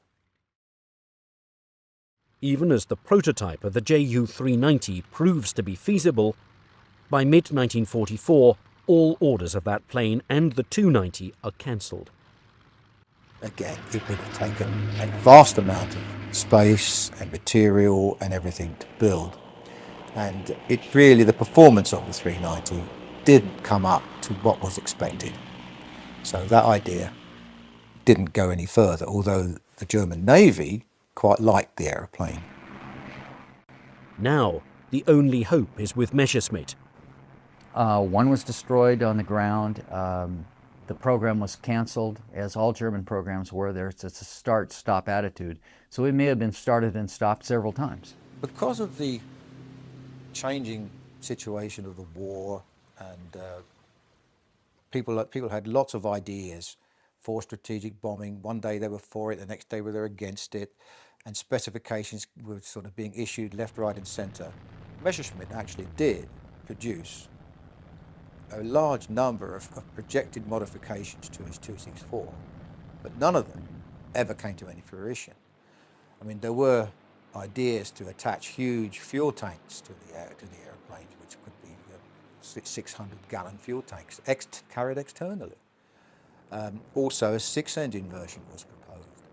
But all this was real pie-in-the-sky stuff, because none of it could really be achieved at that time of the war. Things were really starting to go bad for Germany, and a lot of this stuff was just panic measures, trying to sort of clutch things out of the air, which really were just not possible. With the continued bombardment causing a severe strain on the country's resources, Erhard Milch decides to stall production of the 264 and instead focus on the 262.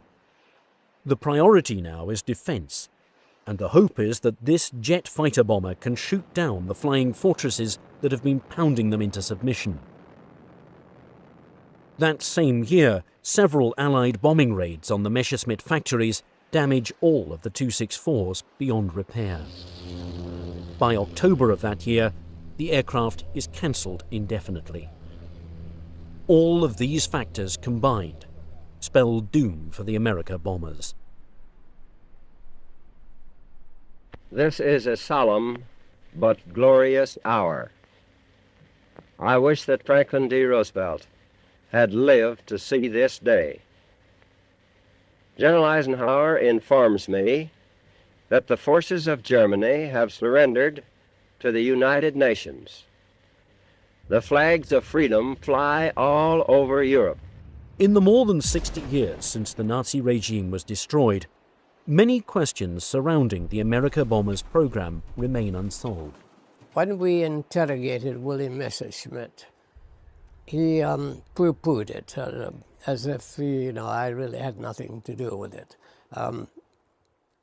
I think they realized they were going down a blind alley with that, really. For a project cloaked in secrecy, rampant rumours begin spreading in the decades following VE Day. One such rumour is the assertion that the Ju-390 successfully made a reconnaissance flight of approximately 12,000 miles from occupied France to New York Harbor. The fact that a Junkers Ju-390 came within 12 miles of New York is something that's said by many sources. It's not just one source. This isn't a wild and crazy guy saying this. This is something that is said and repeated, and I believe to be true. A hypothetical question asked is, what impact would these planes have had if they were successful in carrying out bombing raids on American cities? But I would say that even if the Germans could have put 2 or 3 aircraft together that could somehow make that perilous flight across the Atlantic and lob a couple of bombs into lower Manhattan, I think the political impact would have been tremendous. At the very least, President Roosevelt would have been forced to redeploy anti-aircraft assets from Britain, where they were protecting Britain against German air attack, to the continental United States. And that might have had some appreciable impact on the future course of operations in Western Europe. If the United States had actually suffered on its shores serious damage from German rocketry or from other transoceanic bombers such as they intended, the probably impact on the war would be that it would have been extended. Given the great industrial, innovative powers of the United States as demonstrated in that war by our production, the development of an atom bomb, no doubt we would have struck back, but it certainly would have extended the war to have the destruction brought to our shores.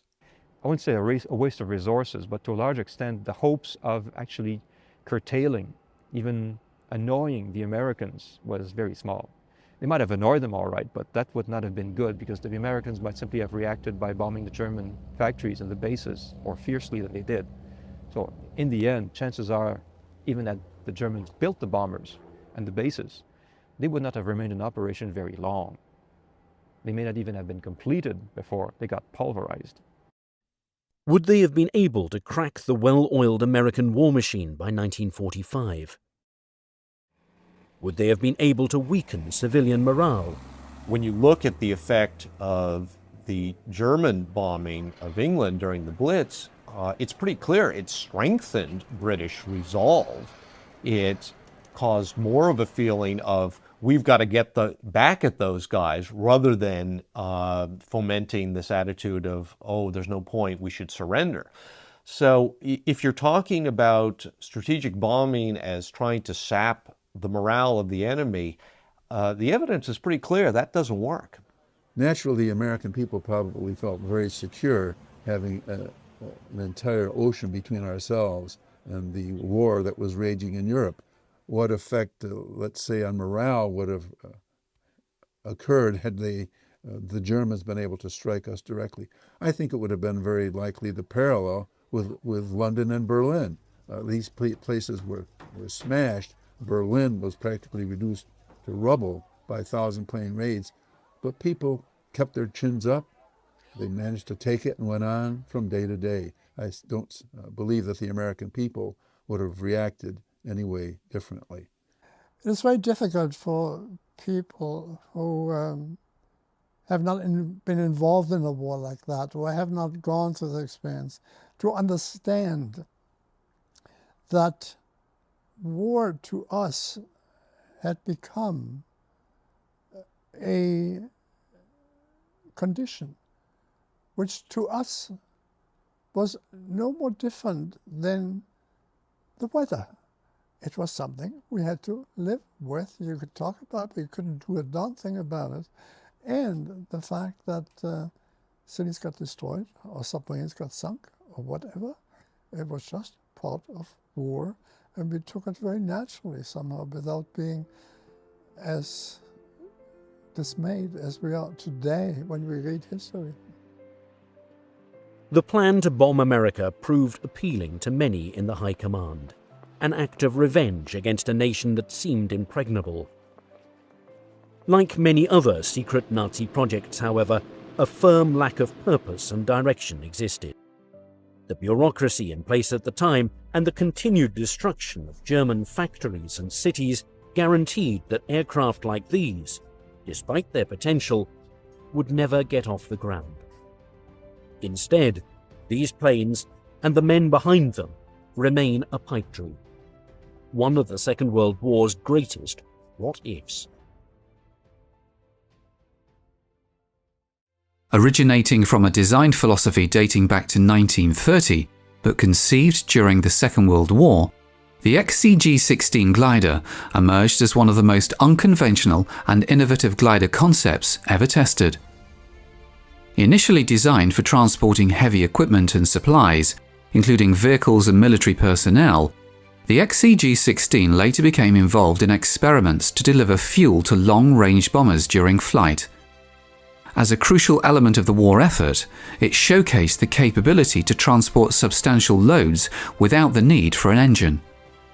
Despite its troubled test history and eventual exclusion from production, the XCG-16's design retained its distinctive features. The roots of the XCG-16 can be traced back to May 1930, when American aero engineer Vincent Bernelli explored various lifting theories and flying wing concepts. The United States Army Air Force subsequently issued a specification calling for a novel design incorporating Bernelli's patented lifting fuselage concept.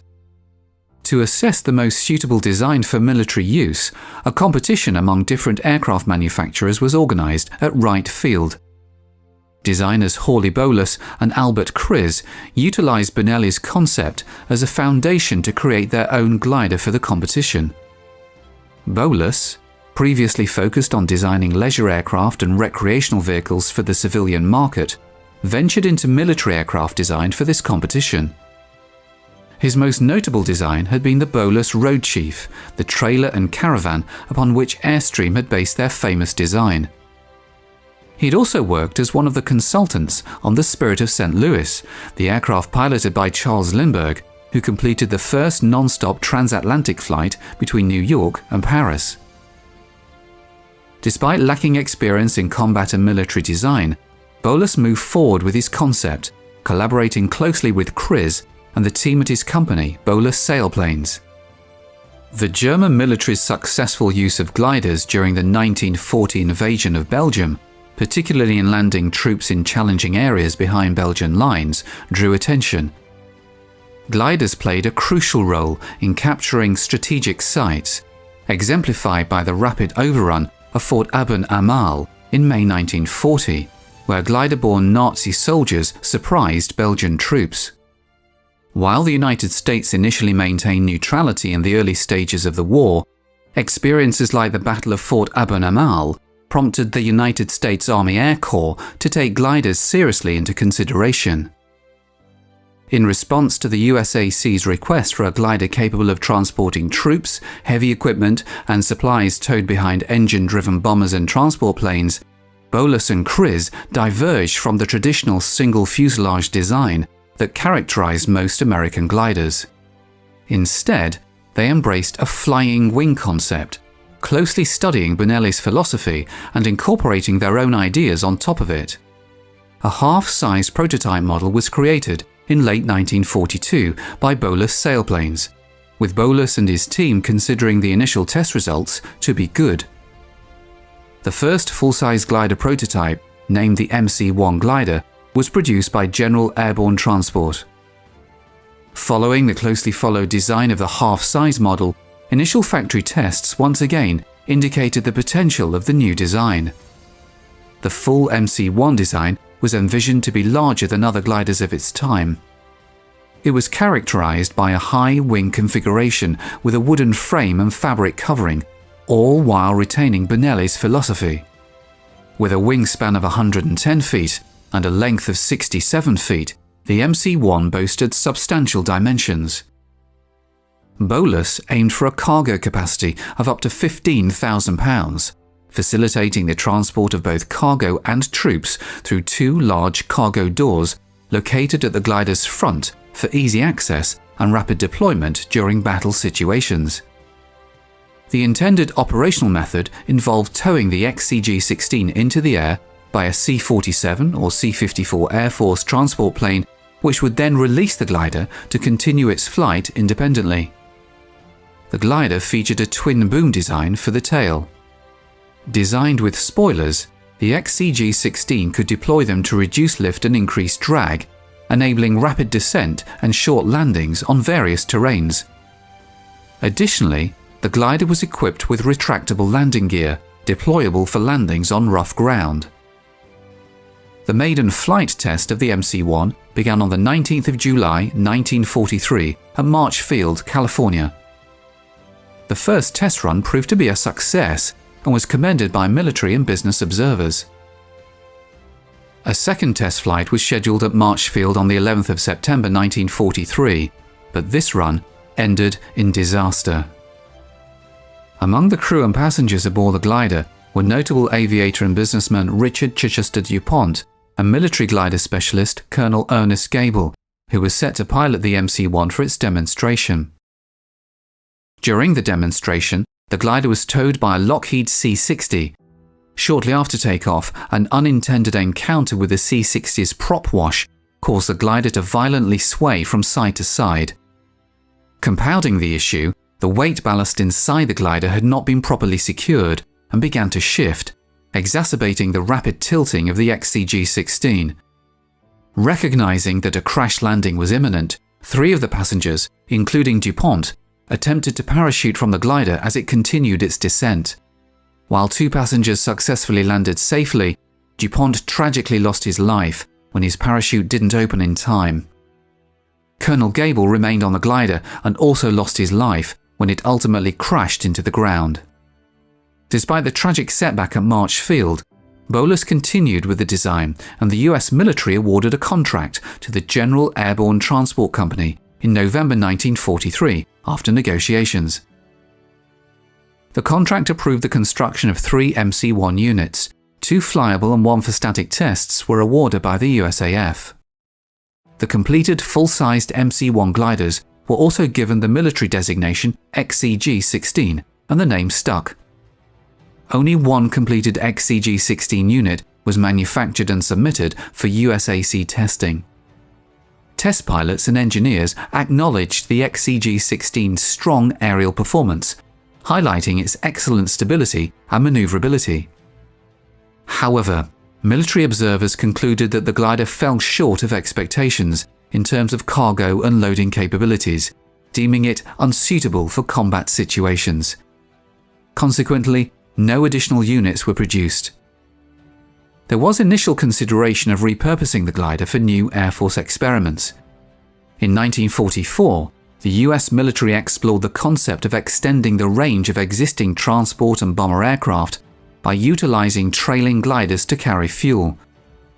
The XCG-16 airframe was handed over to the Cornelius Aircraft Company, known for building gliders, to modify and test the forward-swept wing design, capitalizing on the XCG-16's robust capabilities. The Cornelius Company made several alterations to the glider, renaming it the XFG-1 and prepared it for a test flight. However, the first XFG-1 model crashed during a demonstration in October 1944. Although a second model was produced by Cornelius following the Bolus format, by that time the US military had lost interest in the project, leading to the discontinuation of further development. The Ryan XV-5 Vertifan was an experimental jet-powered VSTOL vertical short takeoff and landing aircraft developed in the 1960s. The United States Army commissioned the Ryan VZ-11RY in 1961, later redesignated as the XV-5A in 1962. This initiative was part of the Army's exploration of VSTOL capabilities, alongside the Lockheed VZ-10 Hummingbird, which was later redesignated as the XV-4 in 1962. The XV-5 was equipped with 2 General Electric J85 GE5 turbojets, each providing 2,658 pounds of thrust. Vertical takeoff and landing VTOL capabilities were achieved through the use of General Electric X3535 lift fans integrated into the wings and a smaller fan in the nose. These lift fans were powered by engine exhaust gas. Each wing featured a 62.5-inch diameter lift fan with a hinged cover on the upper wing surface, which could be opened for VTOL operations. The 36-inch nose fan played a role in pitch control but posed challenges in terms of handling characteristics. The lift fans collectively generated vertical lift of approximately 16,000 pounds, which was nearly 3 times the thrust produced by the turbojets. Yaw control was facilitated by a set of louvered vanes beneath each wing fan, enabling the vectoring of thrust fore and aft. The XV-5 Vertifan was a part of the Army's exploration of innovative VSTOL technologies during the 1960s, showcasing unique lift fan configurations for vertical takeoff and landing. The engine power setting determined the lift from the fans, as fan RPM was determined by the exhaust output from the J85 engines and the load on the fan. Roll control was by differential actuation of the wing fan exit louvers. Aircraft performance was subsonic, with delta wings superficially similar to those on the Douglas A4 Skyhawk. The Vertifan had an unusual intake position above the two-seat side-by-side seating cockpit and a T-tail. The XV-5A was painted in army green, while the XV-5B had a white NASA colour scheme. Despite its unique design, the lift fans on the XV-5 didn't generate the anticipated thrust, and the transition between vertical and horizontal flight proved to be challenging and abrupt. This aircraft marked one of the last crewed endeavours by Ryan, a company that shifted its focus to drone manufacturing in the mid-1960s. The XV-5 was part of a diverse array of attempts to create successful vertical takeoff aircraft. However, the lift fan system used in the XV-5 was heavy and occupied a considerable internal volume. Only the Hawker Siddeley Harrier remained operational by the turn of the 21st century, along with technology enabling the use of a shaft-driven fan in the Lockheed Martin F-35B. The combination of the J85 engine and lift fan in the XV-5 was a precursor to developments that led to the first high bypass ratio engine by General Electric, the TF-39. The lift fans were driven by turbine blades mounted around the fan's periphery, with a mass flow 13 times greater than that of the gas generator and resulting in a threefold increase in thrust compared to a propelling nozzle. Following the demonstration that large volumes of air could be moved through a lift fan, an 80-inch tip drive fan, turned through 90 degrees and powered by a more potent J79 engine, was constructed to showcase an efficient cruise fan. This concept of a large diameter cruise fan was incorporated into the General Electric TF-39 engine utilized on the Lockheed CF-5 Galaxy. The XV-5, while not achieving widespread success, played a role in advancing lift fan technology and contributing to subsequent developments in aircraft propulsion. Two 12,500-pound XV-5As were evaluated in late 1966 by 15 test pilots. One was destroyed in a crash during a public flight demonstration on the 27th of April 1965, killing Ryan test pilot Lou Everett. As a result of this accident, the conversion switch was changed to a lift-lock toggle and relocated on the main instrument panel ahead of the collective lever control. The XV-5 presented challenges during landing due to various factors. Yaw control relied on altering the angle of the lift fans in opposing directions, but this method proved insufficient for precise low-speed handling. The duct doors further complicated control, causing significant pitch changes even at low speeds. Additionally, the aircraft experienced poor acceleration during standard runway takeoffs. Promotional materials and tests explored the potential of a rescue version equipped with a winch to hoist individuals into a compartment behind the pilots. However, a tragic incident occurred on October 5, 1966, during trials for the rescue aircraft. The second XV-5 sustained extensive damage when a suspended horse collar survivor sling was drawn into a wing fan. Despite the fan still functioning well enough for controlled flight, Major David H. Tittle, the pilot, suffered fatal injuries due to the ejection seat propelling him out of the aircraft after it hit the concrete airport surface. Following the accident, the second aircraft was reconstructed as the modified XV-5B and testing continued until 1971. An XV-5B is currently on display at the United States Army Aviation Museum in Fort Novosel, Alabama. Despite the cancellation of the program, the ducted fan concept was deemed successful, leading to several proposed follow-up programs. The ducted fans were recognized for their quiet operation, especially for the era, and their ability to operate from standard surface materials without causing damage. This set them apart from other VTOL aircraft, which often require protective mats to prevent ground surface damage from their exhaust, a concern mitigated by the cooler exhaust from ducted fans. In 2004, renowned director Martin Scorsese released the feature film The Aviator, which garnered 5 Oscars. This cinematic masterpiece sparked widespread interest in one of America's most extraordinary figures, billionaire Howard Hughes. Among his many ventures, Hughes undertook the ambitious project of creating a colossal amphibious aircraft known as the Hughes H-4 Hercules. This flying boat, constructed as a singular prototype, made its historic maiden flight on November 2, 1947. Despite only completing a single flight, Hughes's Hercules secured its place in history as the largest flying boat ever built. Its monumental wingspan of 98 meters remains unrivaled to this day, surpassing even the dimensions of aircraft such as the AN-124 Ruslan and the AN-225 Emria. During the early stages of World War II, Allied forces initially underestimated the threat posed by Nazi Germany's submarines. Lessons from World War I had been disregarded, leading to catastrophic losses in naval trade. While losses from German submarine attacks were initially manageable during 1939 to 1940, the situation escalated dramatically in 1941 to 1942. The German Kriegsmarine unleashed a reign of terror across the vast expanses of the Atlantic, sinking nearly 700 Allied ships in the first 7 months of 1942 alone. It wasn't until the latter part of 1942 that the situation in the Atlantic began to improve, primarily due to a significant increase in the number of escort ships deployed to protect convoys. This concerted effort helped mitigate the threat posed by German submarines, albeit after considerable losses had already been incurred. Despite these actions, the threat from German submarines was not eliminated.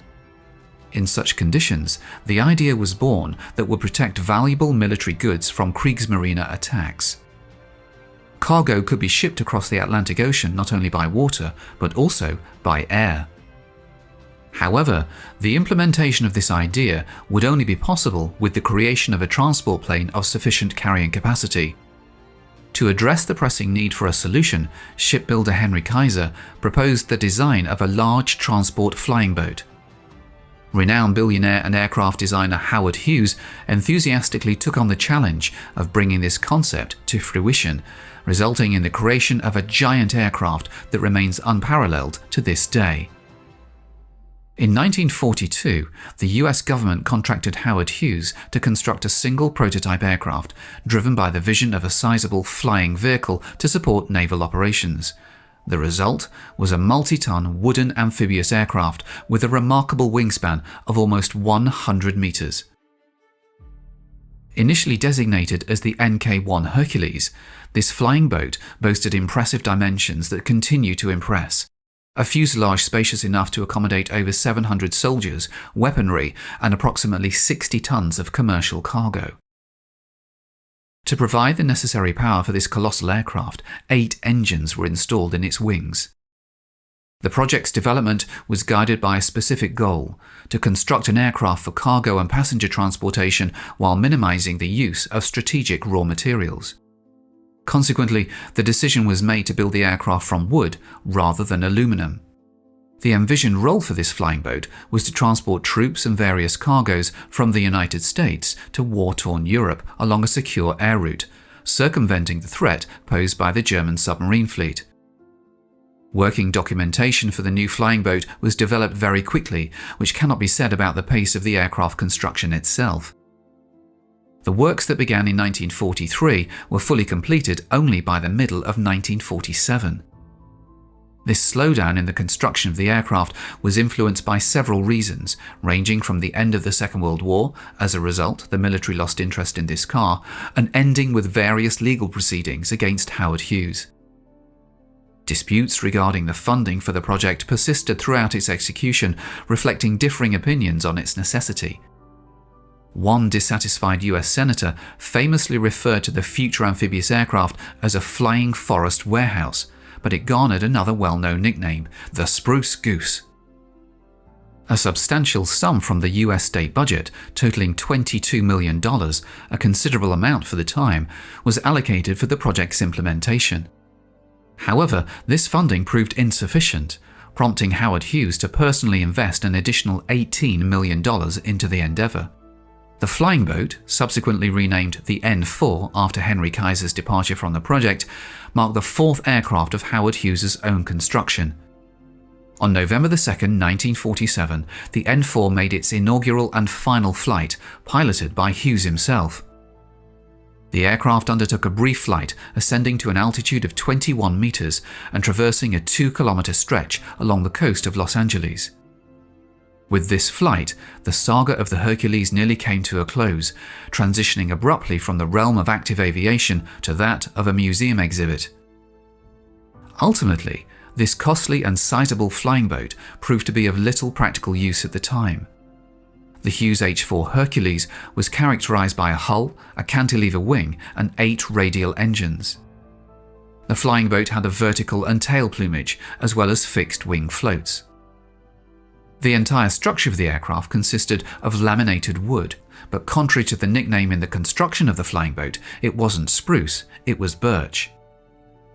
At the Howard Hughes plant, woodworking was able to achieve high aviation standards. The construction of the aircraft involved creating full-size patterns of structural elements, from which matrices were produced for molding the parts. The thinnest piece, with a thickness of 1.2 mm, consisted of 3 layers, each 0.4 mm thick. Conversely, the thickest part measured 254 mm in thickness and comprised 200 layers of veneer, each 1.27 mm thick. To maintain the integrity of the veneer layers during gluing, double-capped nails were utilized. Once the glue had set, these nails were removed using a special nail puller, resulting in the extraction of approximately 8,000 nails across the entire flying boat. The resulting holes were then sealed with a specialized putty. Following assembly, a thin layer of primer was applied to the surface, succeeded by a layer of rice paper and 2 coats of protective lacquer. The exterior surfaces of the aircraft were coated with aluminum paint, concealing the fact that the aircraft's underlying structure was composed of ordinary wood. Both the aircraft's skin and its structural components appeared as if they were made of aluminum. The cargo compartment of the amphibious aircraft featured 2 levels, interconnected by a spiral staircase. Hinged doors located at the nose of the aircraft facilitated the easy passage of 2 railway cars or a Sherman M4 tank. This design ensured the versatility and practicality of the aircraft for transporting various types of cargo. At that time, the Hughes H-4 Hercules was the only aircraft that was able to transport the tank through the air. In the best traditions of submarines and ships, 18 seal compartments were provided in the design of the seaplane. 6 of them were enough to keep it afloat. The electrical equipment of the aircraft operated from direct current with voltage 120B, since with traditional 24B, the cross-section of the wires, the length of which reached 50 kilometers, was very large. The seaplane was to be lifted into the air by 8 huge radial air-cooled R4360 Wasp major piston engines from Pratt & Whitney. Each of these engines developed 3,000 horsepower. The engines of the aircraft were equipped with 5-meter 4-blade propellers. Of the 4 engines positioned closest to the fuselage, 4 were capable of generating reverse thrust, granting the giant aircraft the remarkable ability to maneuver independently in reverse and execute tight turns. The expansive size of the flying boat facilitated in-flight engine repairs, as special passages within the enormous wing allowed access to the engines. At the point of attachment to the fuselage, the wing section reached a height of 4 meters. Despite its unprecedented scale, only a crew of 3 individuals was required to operate the aircraft. The collaborative effort between Hughes and Kaiser aimed to produce the largest aircraft ever constructed, surpassing any previous aircraft in size by a staggering 7-fold. This ambitious project stands as one of the most remarkable endeavors in aviation history. The determination and valor of Howard Hughes and his dedicated team, who persevered despite numerous challenges, culminated in the historic flight of the H-4 Hercules. However, tensions arose within the project leadership, leading to significant contradictions. Henry Kaiser advocated for the construction of a 70-ton aircraft to adhere to deadlines and present a finished product to the military. Conversely, Howard Hughes insisted on building a 200-ton airplane, necessitating greater investment of time and resources. This discord ultimately led to Kaiser's departure from the project, while Hughes became increasingly enamored with the idea, incorporating new improvements and proposals that further prolonged the construction timeline of the flying boat. As a result, in 1942, this order was urgent for the US government, but by 1944 it lost its relevance.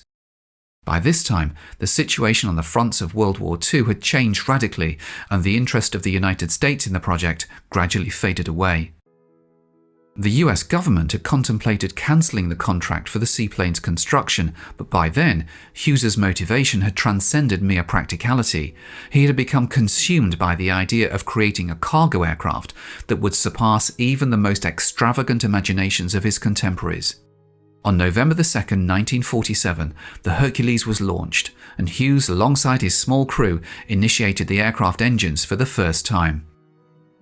Following several water taxi tests in front of a sizable audience, predominantly journalists, the flying boat lifted off from the surface of the Los Angeles harbor without any prior announcement, embarking on its inaugural and final flight. Maintaining an altitude not exceeding 20 meters, the Spruce Goose traversed approximately 2 kilometers at a speed of 120 kilometers an hour before executing a flawless landing. This unauthorized test flight, undertaken in defiance of an official ban on taking the plane airborne, served to silence numerous critics of the project, demonstrating that the largest aircraft in history was indeed capable of flight. Many regard this flight as one of the most significant moments in the annals of aviation history. Following its historic flight, the Spruce Goose returned indefinitely to its hangar, a colossal structure specially constructed to house it and prevent it from ever taking flight again. At Howard Hughes's behest, until his passing in 1976, the flying boat remained in a state of perpetual readiness, with its engines started every month. Initially, a team of 300 individuals monitored the aircraft's condition until the 1950s, when the staff was reduced to 50 people. Nevertheless, the annual cost of maintaining the air giant in flight-ready condition amounted to approximately $1 million. Additionally, the construction of the hangar where the Hughes H-4 Hercules was preserved for eternity incurred costs of around $2 million. Currently, this unusual aircraft is an exhibit at the Aviation Museum in McMinnville, Oregon, where it was transported in 1993. At the same time, over the past 50 years, this flying boat has become one of the most beloved artifacts of the United States, moving from a state of almost total uselessness to the category of object of cultural heritage. Today, the story of the Hughes H-4 Hercules, which soared into the sky only once in its lifetime, is revered as a testament to its creator's unparalleled resolve to see the project through to completion, transforming the aircraft into an emblem of the 20th century. Regarded as a symbol of determination and ingenuity, the Spruce Goose continues to captivate the imaginations of people worldwide. Drawing over 300,000 visitors annually, the aircraft stands as a living testament to Howard Hughes's extraordinary vision and perseverance. Its towering presence serves as a reminder of the boundless ambition and unwavering commitment that characterized an era of pioneering aviation endeavors. Through its enduring legacy, the Hughes H-4 Hercules remains an enduring symbol of human achievement and innovation. Built for the Air Force by Martin, the X-24A was a bulbous-shaped aircraft with 3 vertical fins at the rear for directional control. The X-24A boasted a weight of 6,270 pounds without propellants, with dimensions measuring just over 24 feet in length and nearly 14 feet in width. On April 17, 1969, Air Force Major Gerald Gentry piloted the X-24A for its inaugural unpowered glide flight. Gentry also commanded the vehicle during its first powered flight on March 19, 1970. Over the course of its operational lifespan, the X-24A undertook 28 flights, contributing to the validation of the concept that a wingless vehicle could execute unpowered landings akin to the HL-10 program. Decades later, in a cost-saving measure, the X-38 program managers opted to utilize the X-24A design, leveraging its complete aerodynamic database to minimize the need for additional wind tunnel tests that would have been necessary for a completely new design. The X-24A recorded its fastest speed of 1,036 miles per hour, Mach 1.6, with its highest altitude reaching 71,400 feet. Both of these milestones were achieved by NASA research pilot John Mach, who also piloted the craft on its final flight on June 4, 1971. The X-24B's design evolved from a family of potential re-entry shapes proposed by the Air Force Flight Dynamics Laboratory, each with higher lift-to-drag ratios. To reduce the construction costs of a research vehicle, the Air Force opted to return the X-24A to Martin for modifications. These alterations transformed its bulbous shape into a configuration resembling a flying flatiron, featuring a rounded top, flat bottom, and a double delta planform culminating in a pointed nose. John Mach took the helm for the maiden flight of the modified X-24B, piloting its first glide flight on August 1, 1973. He also commanded the vehicle during its inaugural powered mission on November 15, 1973. Notably, among the X-24B's final flights were two meticulously executed landings on the main concrete runway at Edwards, showcasing the operational feasibility of precise unpowered re-entry vehicle landings. These pivotal missions, executed by Mach and Air Force Major Mike Love, played a crucial role in shaping the flight procedures for modern space shuttle landings. The X-24B's last powered flight was on September 23, 1975, with Bill Danner at the controls, marking the conclusion of rocket-powered lifting body flights at the Flight Research Center. Interestingly, Danner also piloted the final X-15 rocket plane mission approximately 7 years prior. The X-24B achieved a top speed of 1,164 miles per hour, Mach 1.75, during a flight piloted by Love on October 25, 1974. Its highest altitude reached was 74,100 feet, accomplished by Mach on May 22, 1975. Today, the X-24B stands proudly on public display at the Air Force Museum located at Wright-Patterson Air Force Base in Ohio, serving as a tangible testament to its significant contributions to aerospace research and development.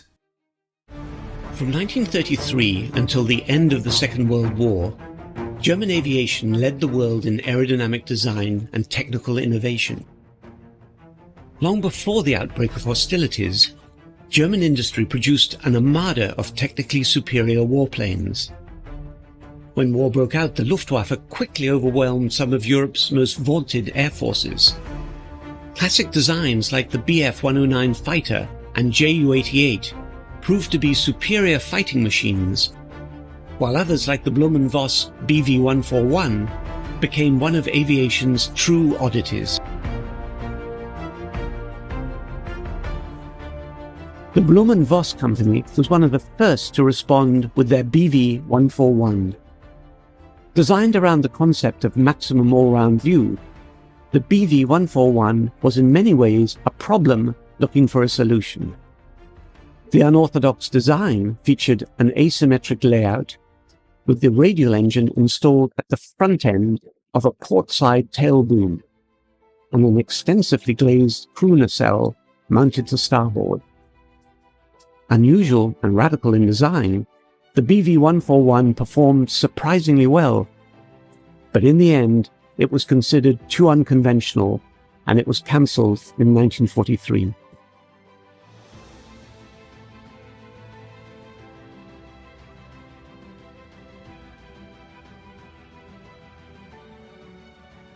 Yes, in my meanderings throughout Germany, just after the capitulation, I was looking for unusual or advanced technology aircraft.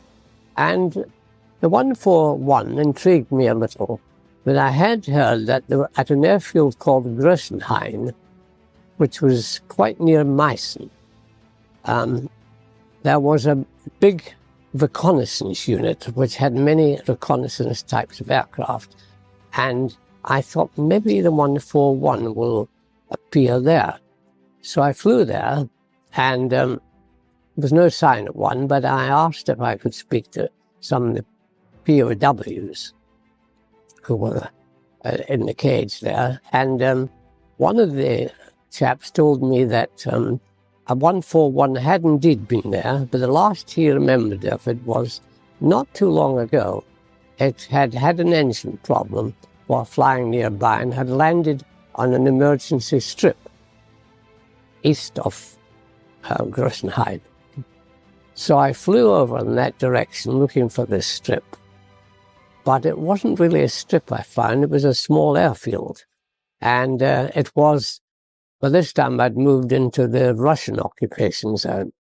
And I decided to land there because I had already found that stage after the war, the Russians were still very amenable to the Brits because we had come in at the early stages of the war to help them.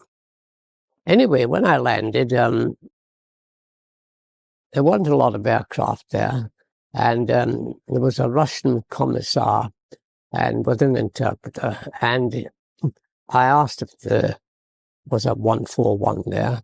He didn't really know things like the aircraft numbers, but he said there were 1 or 2 aircraft left, but his people had examined the airfield, taken away what they wanted, and the rest was left for destruction. So I said, could I have a look around, see what there was? He said, well, yes, why not? Because it's all going to be destroyed anyway. And in one hangar, there was indeed a 141. It had regularly had its engines run up by Vbomber, who was available. And I said to him, was the aircraft flyable? And he declared, oh, yes, it was. I rather suspected his motive, so I wasn't too sure of what he was saying or believing what he was saying, because I think he had hoped I would fly him out of there and out of the Russian zone. But the Russians were obviously not going to play with that. Anyway, I thought I'll take his word for it and have a go at this. And the commissar didn't object. He said, as long as I stayed within sight of the airfield and I'd only have enough fuel to do that, he didn't mind, because it was due for destruction anyway. And so he let me fly that, and I had about 30 to 40 minutes in it to try out this theory that it flew very nicely in a straight line when on an angle of bank of 90 degrees. And after about 2 or 3 goes at this at various speeds and heights, I had trouble with the engine. So I had to return to base. And so I formed an impression that it probably did what it said it could do. But its real reason for failing, in my opinion, was it certainly wasn't an aircraft in the same category of handling as the Focke-Wulf 189, which I had already flown and was its competitor. Another odd-looking aircraft was the Focke-Wulf 189. The completely glazed central nacelle, twin engines and tail booms were considered too radical for conservative Luftwaffe officials. Performance, however, won the day. Known as the Flying Eye, the FW-189 proved supremely versatile, universally popular, and one of the most reliable aircraft ever to see Luftwaffe service. During combat operations, the FW-189 surpassed all expectations. Despite flying low over the battlefield and taking large amounts of damage, it had the ability to absorb punishment and fight another day. So I think that killed it more than the theory that it gave the gunner a wonderful field of fire by having no starboard half of the tailplane and being asymmetrically offset to give a clear field of fire to the gunner. So that was my experience of it. Not very impressive, but interesting.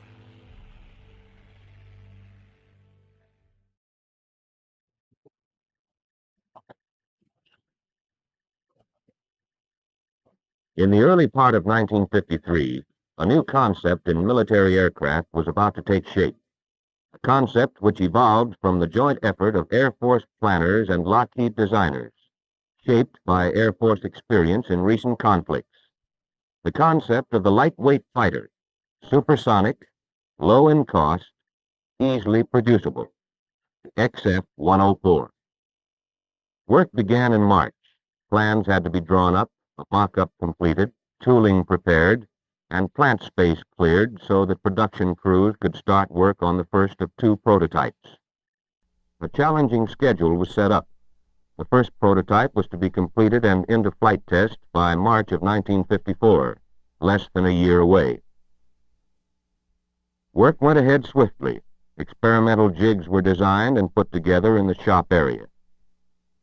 In adjacent areas, machined parts were made, parts which had to be milled and bored and cut, shaped for use in early fabrication stages. Actual fabrication was soon underway, and through the production processes of sub-assembly and assembly, the F-104 began to take shape. In the meantime, wind tunnel tests were conducted in the company's subsonic tunnel. A range of low-altitude, low-speed conditions were generated to simulate the force and load factors which would act on the F-104 during takeoff and landing. Measurement of these forces and loads, in turn, would furnish information through the design of landing gear, flaps, and controls. Wind tunnel work at this time also included a series of flutter tests conducted through a wide range of airspeed-altitude combinations. A direct control device was used to bend the wings to a calculated degree. Motion pictures furnished a visual record of results, while direct readings of flutter amplitudes and frequencies were made by oscilloscope. Sudden release of the wing induced flutter.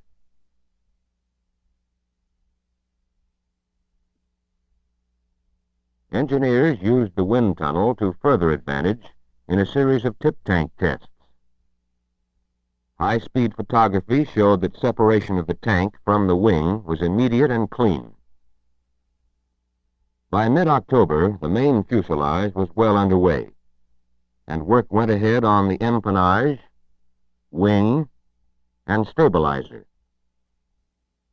In the meanwhile, Lockheed engineers had gone to the Ames laboratory at Moffett Field, where the superb technique and equipment of this NACA facility were used to prove out design of the 104 and to gather data on its aerodynamic behavior in both subsonic and supersonic ranges. Tests aimed at determining the span-wise distribution of various force and bending moments. Leading and trailing edge structures were investigated, as well as the effects of tail buffeting. The final series of wind tunnel tests was carried out at the NACA facility at Langley Field, adding a full range of transonic data to the subsonic and supersonic data already collected. Free flight tests provided further and highly realistic confirmation of design ideas. 5-inch high-var rockets were used to impel a scale replica of the F-104 straight-thin wing through the air at supersonic speeds.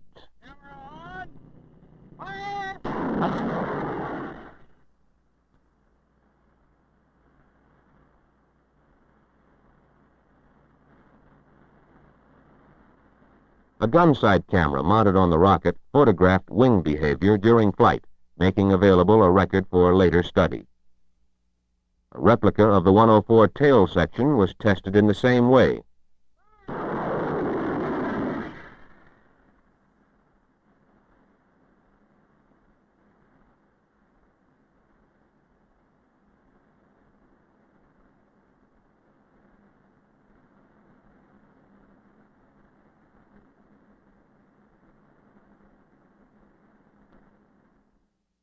Towards the close of 1953, construction was well along on the forward section of the fuselage.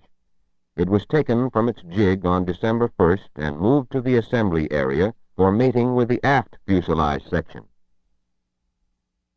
Immediately before mating, each section was weighed to determine that actual weight did not exceed planned weight. In the meantime, the wings had been finished so that they could be joined to the fuselage as soon as it was ready.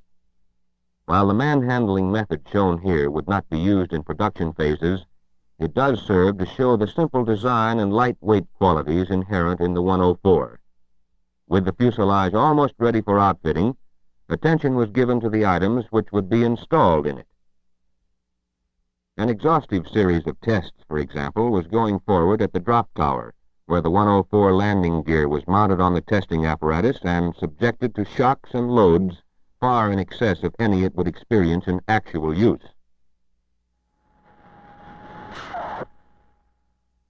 After drop tower tests had proved structural strength, the gear was installed in the 104 prototype. A series of run-throughs checked clearances, hydraulic activation, and other operational features. Further valuable time was gained on 104 development by handling several projects concurrently. Armament is an example of this kind of parallel growth. Specialists devised and tested in mock-up a storage box to hold 750 rounds of 20mm ammunition and provide a direct free-flow feed to the T-171E2 gun.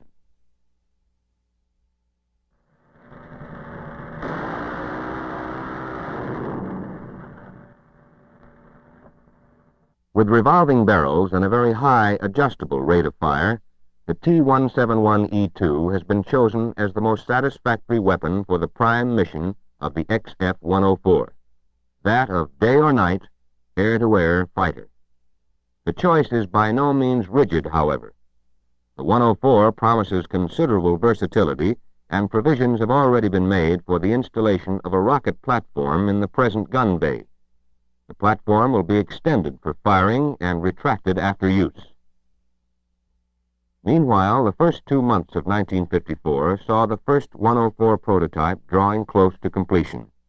With the mating of the aft fuselage section to the main section, major assembly was complete, and the way stood open for the running of vibration tests. These tests determined the natural frequency patterns for the entire 104 structure. When the vibration test program was complete, the 104 was ready to enter flight test. The F-104 left the plant in the early morning of February 25th. Strict security prevailed, and by daylight the prototype arrived at Edwards Air Force Base, 347 days from the go-ahead date. Flight crews began at once a schedule of pre-flight work, submitting systems and operating parts to a thorough round of checks and rechecks.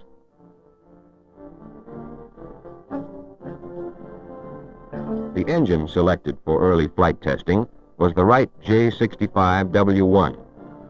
Thrust of the J-65 is sufficient to guarantee supersonic performance for the 104. The airplane can accommodate any of several alternate power plants, and with such an engine as the General Electric J-79, for example, speed and performance would be superlative. Engine run-up was a necessary prelude to flight test, now only a few days off.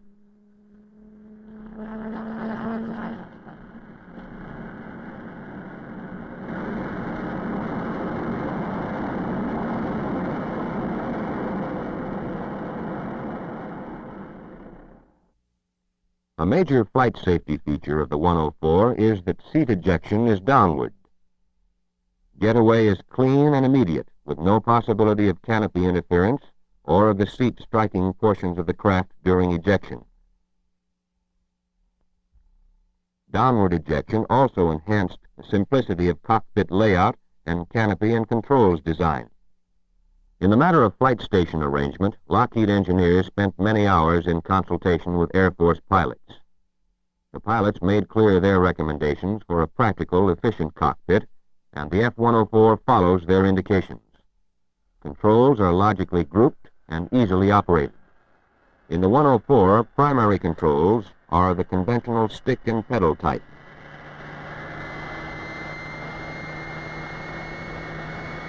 The final pre-flight procedure consisted of a controls check. A cable system operates the rudder. Stabilizer and ailerons are controlled by hydraulically operated, irreversible systems. Secondary flight controls include leading edge flaps, landing flaps, and dive flaps, all power operated.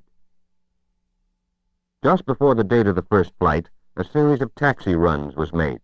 On February 28th, one day ahead of schedule, the craft became airborne.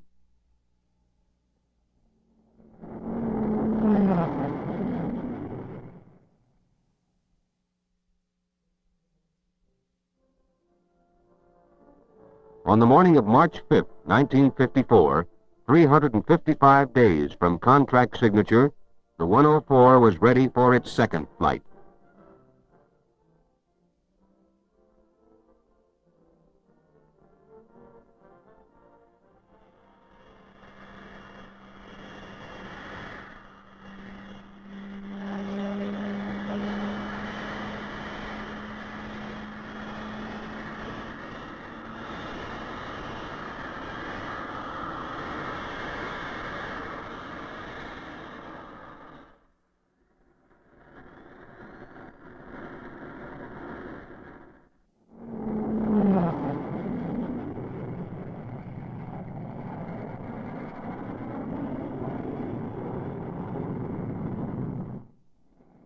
This flyover offers a good comparison of the size and plan form of the 104 with other military types.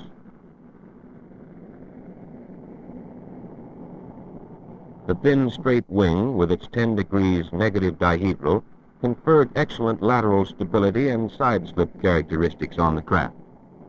Control response was quick and sure.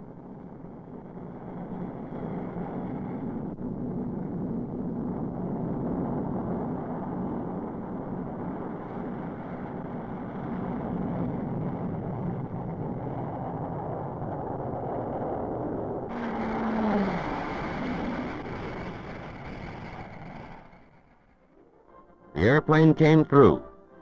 It handled firmly, surely.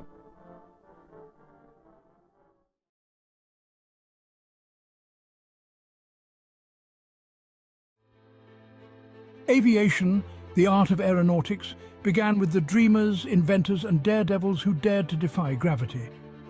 The journey of aviation was nurtured by pioneers like the Wright brothers, whose first flight marked a historic milestone. The role of aircrafts in world wars was groundbreaking, dramatically changing warfare strategies. This initiated a technological evolution in aviation, transforming the simplistic wings of a biplane into the thunderous roar of jet engines. Let's journey through the ages of aviation. Behind every great aircraft, there were great minds. These visionaries, like Sir Frank Whittle, the innovator of the turbojet engine, redefined air travel. Then there's Skunkworks Kelly Johnson, the genius behind the SR-71 Blackbird. His designs combined speed, stealth and power, crafting machines that dominated the heavens. The contributions of these pioneers have left an indelible mark on the canvas of aviation, shaping the course of history and inspiring generations of engineers and aviators. Each epoch in aviation history gave birth to extraordinary aircrafts, each with their own unique features and roles. The Lockheed SR-71 Blackbird was a marvel of speed and stealth. The F-105 Thunderchief, a supersonic fighter bomber, was vital in the Vietnam War. The P-51 Mustang, a long-range fighter, was critical in World War II. The P-47 Thunderbolt, a heavyweight fighter, was used extensively in the same war. The A-10 Thunderbolt II, the Warthog, is a close air support icon. The Messerschmitt Me-262 marked a leap forward in aviation technology. Each of these game changers were instrumental in their eras, and their legacies still resonate today. Beyond the game changers, there are those that have transcended their practical roles to become icons. The Concorde was not just an aircraft, it was a supersonic symbol of luxury and speed. The B-52 Stratofortress, a strategic bomber, is an icon of power and resilience. These magnificent machines and others like them have become much more than just aircrafts. They are enduring icons that encapsulate the audacious spirit, the relentless innovation, and the boundless ambition that define the world of aviation.